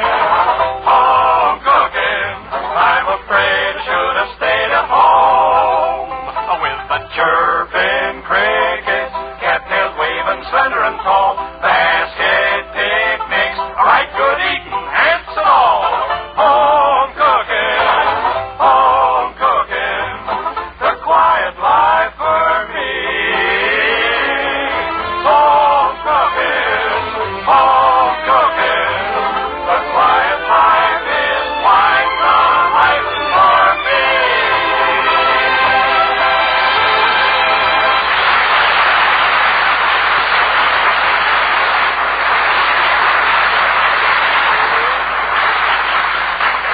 Well, it looks like you finally found a nice place for our picnic lunch, McGee. Picnic supper by now. Don't think I ain't ready for it. After being fox hunted, golfed, drowned, blasted, and chased out of 9 places, I could eat the hem off a blacksmith's apron. I'm hungry, too.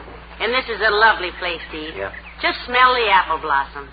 What a charming little orchard. It is pretty, isn't it? Gets me in a kind of a romantic mood. It does, lover? Yeah. Hand me a piece of cake and a pickle.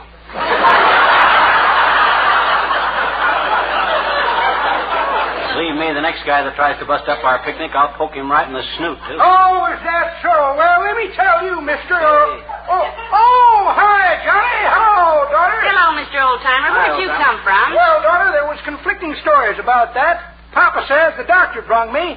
Mama says it was a stork. Aunt Mamie says they found me under a flat rock. But I found my first little baby bonnet one day, and it says, Marshall Fields, Chicago.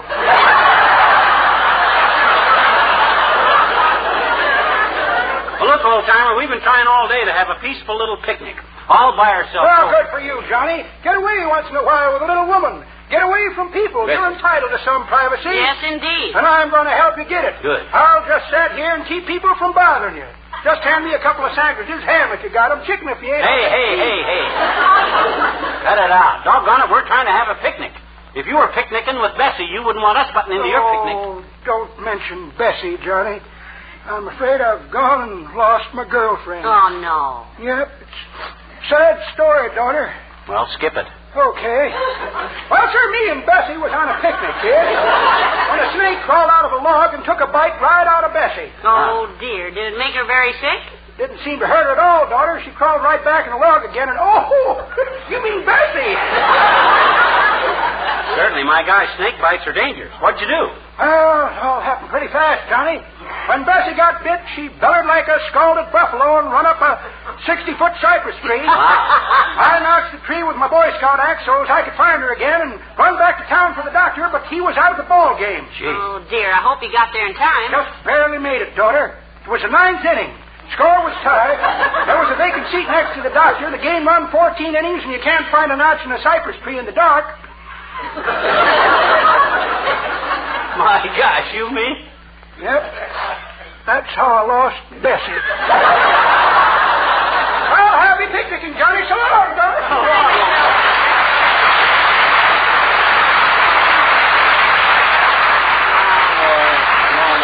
Ain't this wonderful? Yes, you know, I'm glad all those other places we went didn't work out, dearie, because these apple trees in bloom are just beautiful. Ah, smell that wonderful aroma, McGee. I can't smell the aroma for those dad-ratted apple blossoms. This is great. Nothing so romantic as a picnic with your best girl. Oh, look, McGee. Huh? Look up there. An airplane. Well, oh, yeah, 2 of them. Hey, they're flying kind of low. Wonder if they're in trouble or something. Well, I hope not. They couldn't possibly land around here with all these apple trees. No, we're safe this time, baby. Nobody's going to spoil our picnic this time. Give me some lemonade and I'll have McGee, look. They're pouring out smoke, and look out. Oh, my gosh. Oh, dear. Hey, that's not smoke. They're dust in the orchard. My gosh, grab the lunch. That's arsenic. Oh, dear.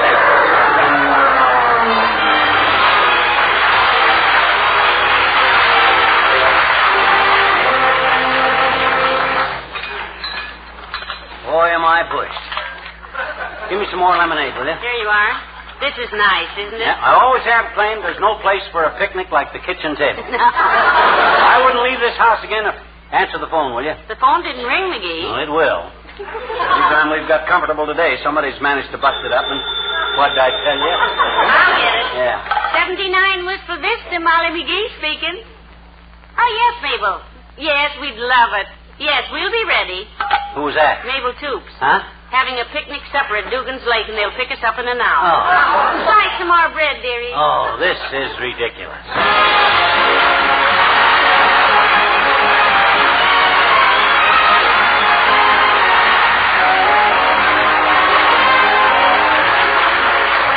Fibber and Molly return in a moment. It's the bargain of the year in Johnson's Glow Coat. It's your chance to get the world's most popular floor wax in special giant containers that give you 1/3 more wax at no increase in price. And it's the new Glow Coat, the self-polishing floor wax that lasts up to 4 times longer because it's positively water repellent. Look for those giant containers tomorrow at your dealers. Look for those special cans of this finest quality wax that tower head and shoulders over ordinary containers and give you 1/3 more of this brighter shining, longer lasting, water repellent floor wax at no increase in price. This offer is for a limited time only, so get Glow Coat in the special giant cans tomorrow at your dealers.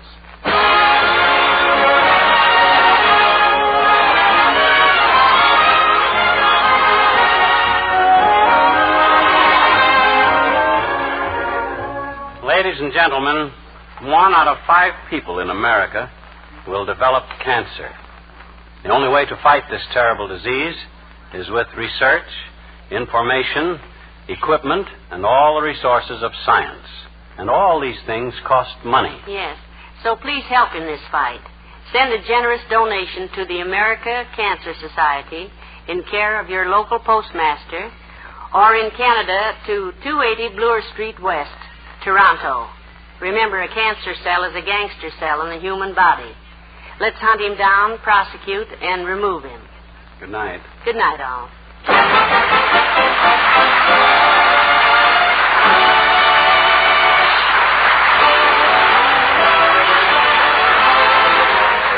Makers of Johnson's Wax and Johnson's Water Repellent Glow Coat, Racine, Wisconsin, and Brantford, Canada, bring you Fibber McGee and Molly each week at this time. Be with us again next Tuesday night, won't you?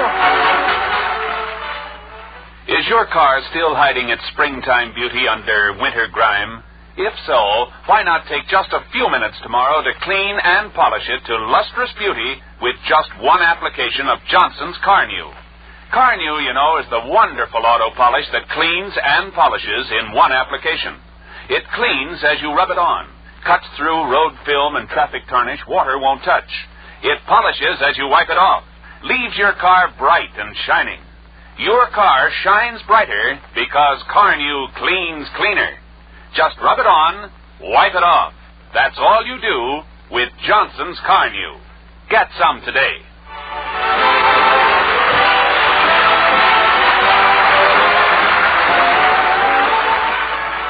Next, here's Steve Wilson and Big Town on NBC.